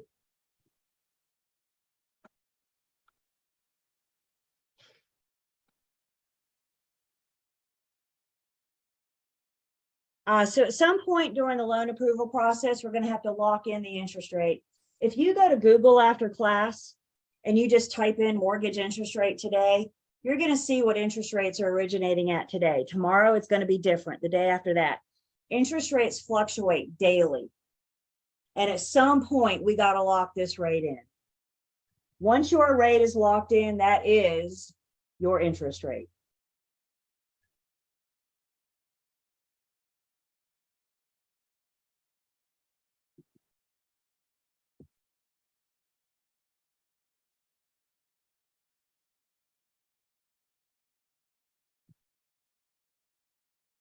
So let's take our lender hat off for a second. Let's put our broker hat back just on for a minute. Talk about what this means for us. The reason we're in these units, the reason we're doing this is because we need a basic understanding of what the lending process is. Guys, when you're working with buyers, you are the front line. Your buyer generally comes to you for everything. And that's going to include questions about their loan. We can assist, we can answer very basic questions, which is what we're covering. We can also advise our buyer to talk to their lender. But we need this basic understanding of how they work. We got to help keep this process going. Remember, we're all working really hard towards settlement day. Another thing that we need a basic understanding or should have a basic understanding on is pre-qualification versus pre-approval. Now let's understand something right now. Neither one of them are a guarantee. Again, the lender's not starting their process until we go under contract. But we can crunch the buyer's numbers before we go under contract to give us an idea of what their loan amount will be, so we know what price range that we can show these buyers. The pre-qualification is the first step in the approval process. The pre-qualification says that the borrower has sent the lender their income and their debt. So the borrower has sent the lender their numbers. And based on what the lender receives, they're going to provide a pre-qualification. The lender doesn't verify those numbers. They offer the pre-qualification based on the information that the borrower sends. Pre-approval is taking that a step further. The borrower sends their numbers, they send their income, and they send their debt. And now the lender is going to crunch them real quick. They're going to verify them real quick. Pre-approval is much stronger than a pre-qualification. Some lenders will offer pre-approval, some will only offer pre-qualification. Understanding neither one of them are a guarantee.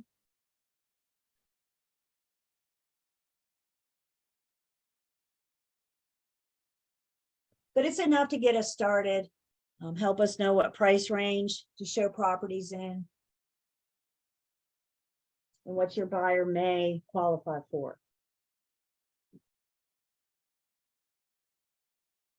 So we go under contract, we send the contract to the lender starts their thing. They ask the buyer for paperwork, documentation. Buyers should just send the lender whatever they're asking for. They're asking for it for a reason. So the buyer needs to work closely with the lender to get them the information they need. And once the lender has gathered what they need, they send the loan up to underwriting for the first round. We'll call it the first round of underwriting. Underwriting is where the numbers get crunched. Underwriting is where no stones go unturned. If your buyer forgot to mention a debt, underwriting will find it. If your buyer was less than honest on their loan application, underwriting will find it. Deep, deep, deep dive into the borrower's financing. It's not uncommon at all for the loan to come out of underwriting the first round with the lender asking for additional information. They need additional documentation. They may be requesting something else. It's not uncommon at all for this loan to come out of the first round of underwriting, requesting more information. Again, work with your buyers, tell your buyers to make that lender priority. If they request additional information, just get it to them. They're asking for it for a reason. Once they've gathered what they need after the first round, they send it back into underwriting. Hopefully it comes out the second time with our loan approval. Here's the deal. Very rare do we have loan approval while we are still in due diligence. Usually we don't get loan approval until closer to settlement. But what we can do is get it to come out of underwriting the first time while we're still in due diligence. Because what comes out of underwriting the first time, the lender can give the borrower a pretty good idea based on what we learned from the first round of underwriting. Either things are looking good, just send me these couple additional documents, or wow, this is going to be tough to do. So what the borrower has in due diligence is a pretty good idea from the lender. And based on that pretty good idea, the borrower decides to either move forward and purchase the property or terminate within due diligence. In all my years, I've only known one buyer to get pre-approval while they were still in due diligence. First round of underwriting, pretty good idea, is still not a guarantee. That's a decision for the buyer to make, and that's based off of the lender's opinion. How are things looking? Like I said, you send me 3 more documents, we should be good to go. If the buyer decides to continue after due diligence based on the lender's pretty good idea, and we find out after due diligence they're not going to get loan approval, the buyer has to terminate. It's after due diligence, they're now in breach. Seller will keep the due diligence fee, and now the seller gets the earnest money deposit.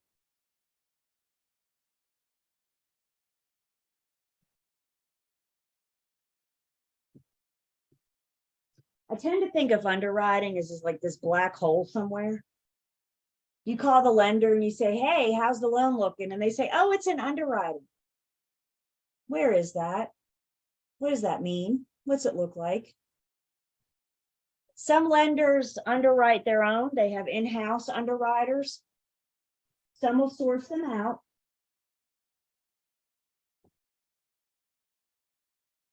But the underwriters are the one that give us the official loan approval or denial.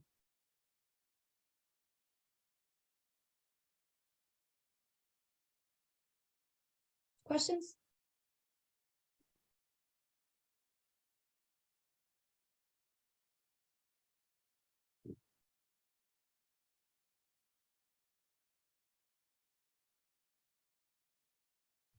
The other thing with qualifying a buyer, and this is the last thing I'm going to say today, but I do just want to introduce us to this. This is the math that we're going to do on Tuesday. We're going to start, I got one more thing to cover, but we'll pretty much start with math on Tuesday, Unit 15 math. And we're going to talk about what these numbers mean, these qualifying ratios. And you can see the ratios are different for the different types of loans. The one that we're going to talk about on Tuesday when we're doing qualifying a buyer math, we're going to look at the conventional loan. If you see qualifying a buyer math on your test, it's going to be on a conventional loan. So we're going to focus on these ratios, the 28 and the 36% when we do this math on Tuesday. Both ratios do different things. So before we do the math, we're going to discuss about what does this 28% ratio mean and what does this 36% ratio mean. FHA has different ratios. VA only uses one. But again, the one that we're going to focus on is the conventional loan, the 2836.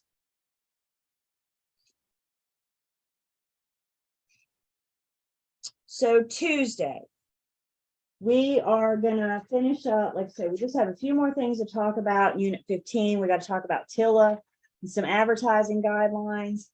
Then we're gonna get into the math in Unit 15. Once we finish Unit 15, we go to Unit 21. So once you look at Unit 15, please look ahead at Unit 21. We got to do some math in Unit 21. And I want to go ahead and introduce you guys to a couple pages in Unit 21 and encourage you to look at it this weekend.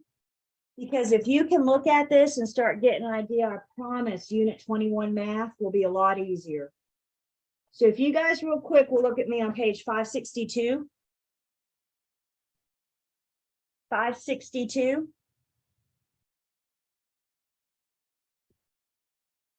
$562 gives us a breakdown of things that are typically debits to the buyer, credits to the buyer, debits to the seller, and credits to the seller. Knowing things that are typically debits to one party and things that are typically credits to another party are a big piece of understanding the math as we go into Unit 21 next week. 561 talks about prorated items. We're going to get into proration in Unit 21. And then there's some double entry items. Double entry means it's going to show up twice at settlement, one to the seller and one to the buyer. So again, if you guys will look at 561 and 562 this weekend, I promise you, it'll make Unit 21 math a lot easier. So finish in 15, Unit 21. After that, we do Unit 17. Don't forget about your midterm. I think I have once again talked until 1 o'clock on the dot. So, yep, 1:00. I'm done. Y'all have a good weekend, and we will see you guys on Tuesday. Finishing financing.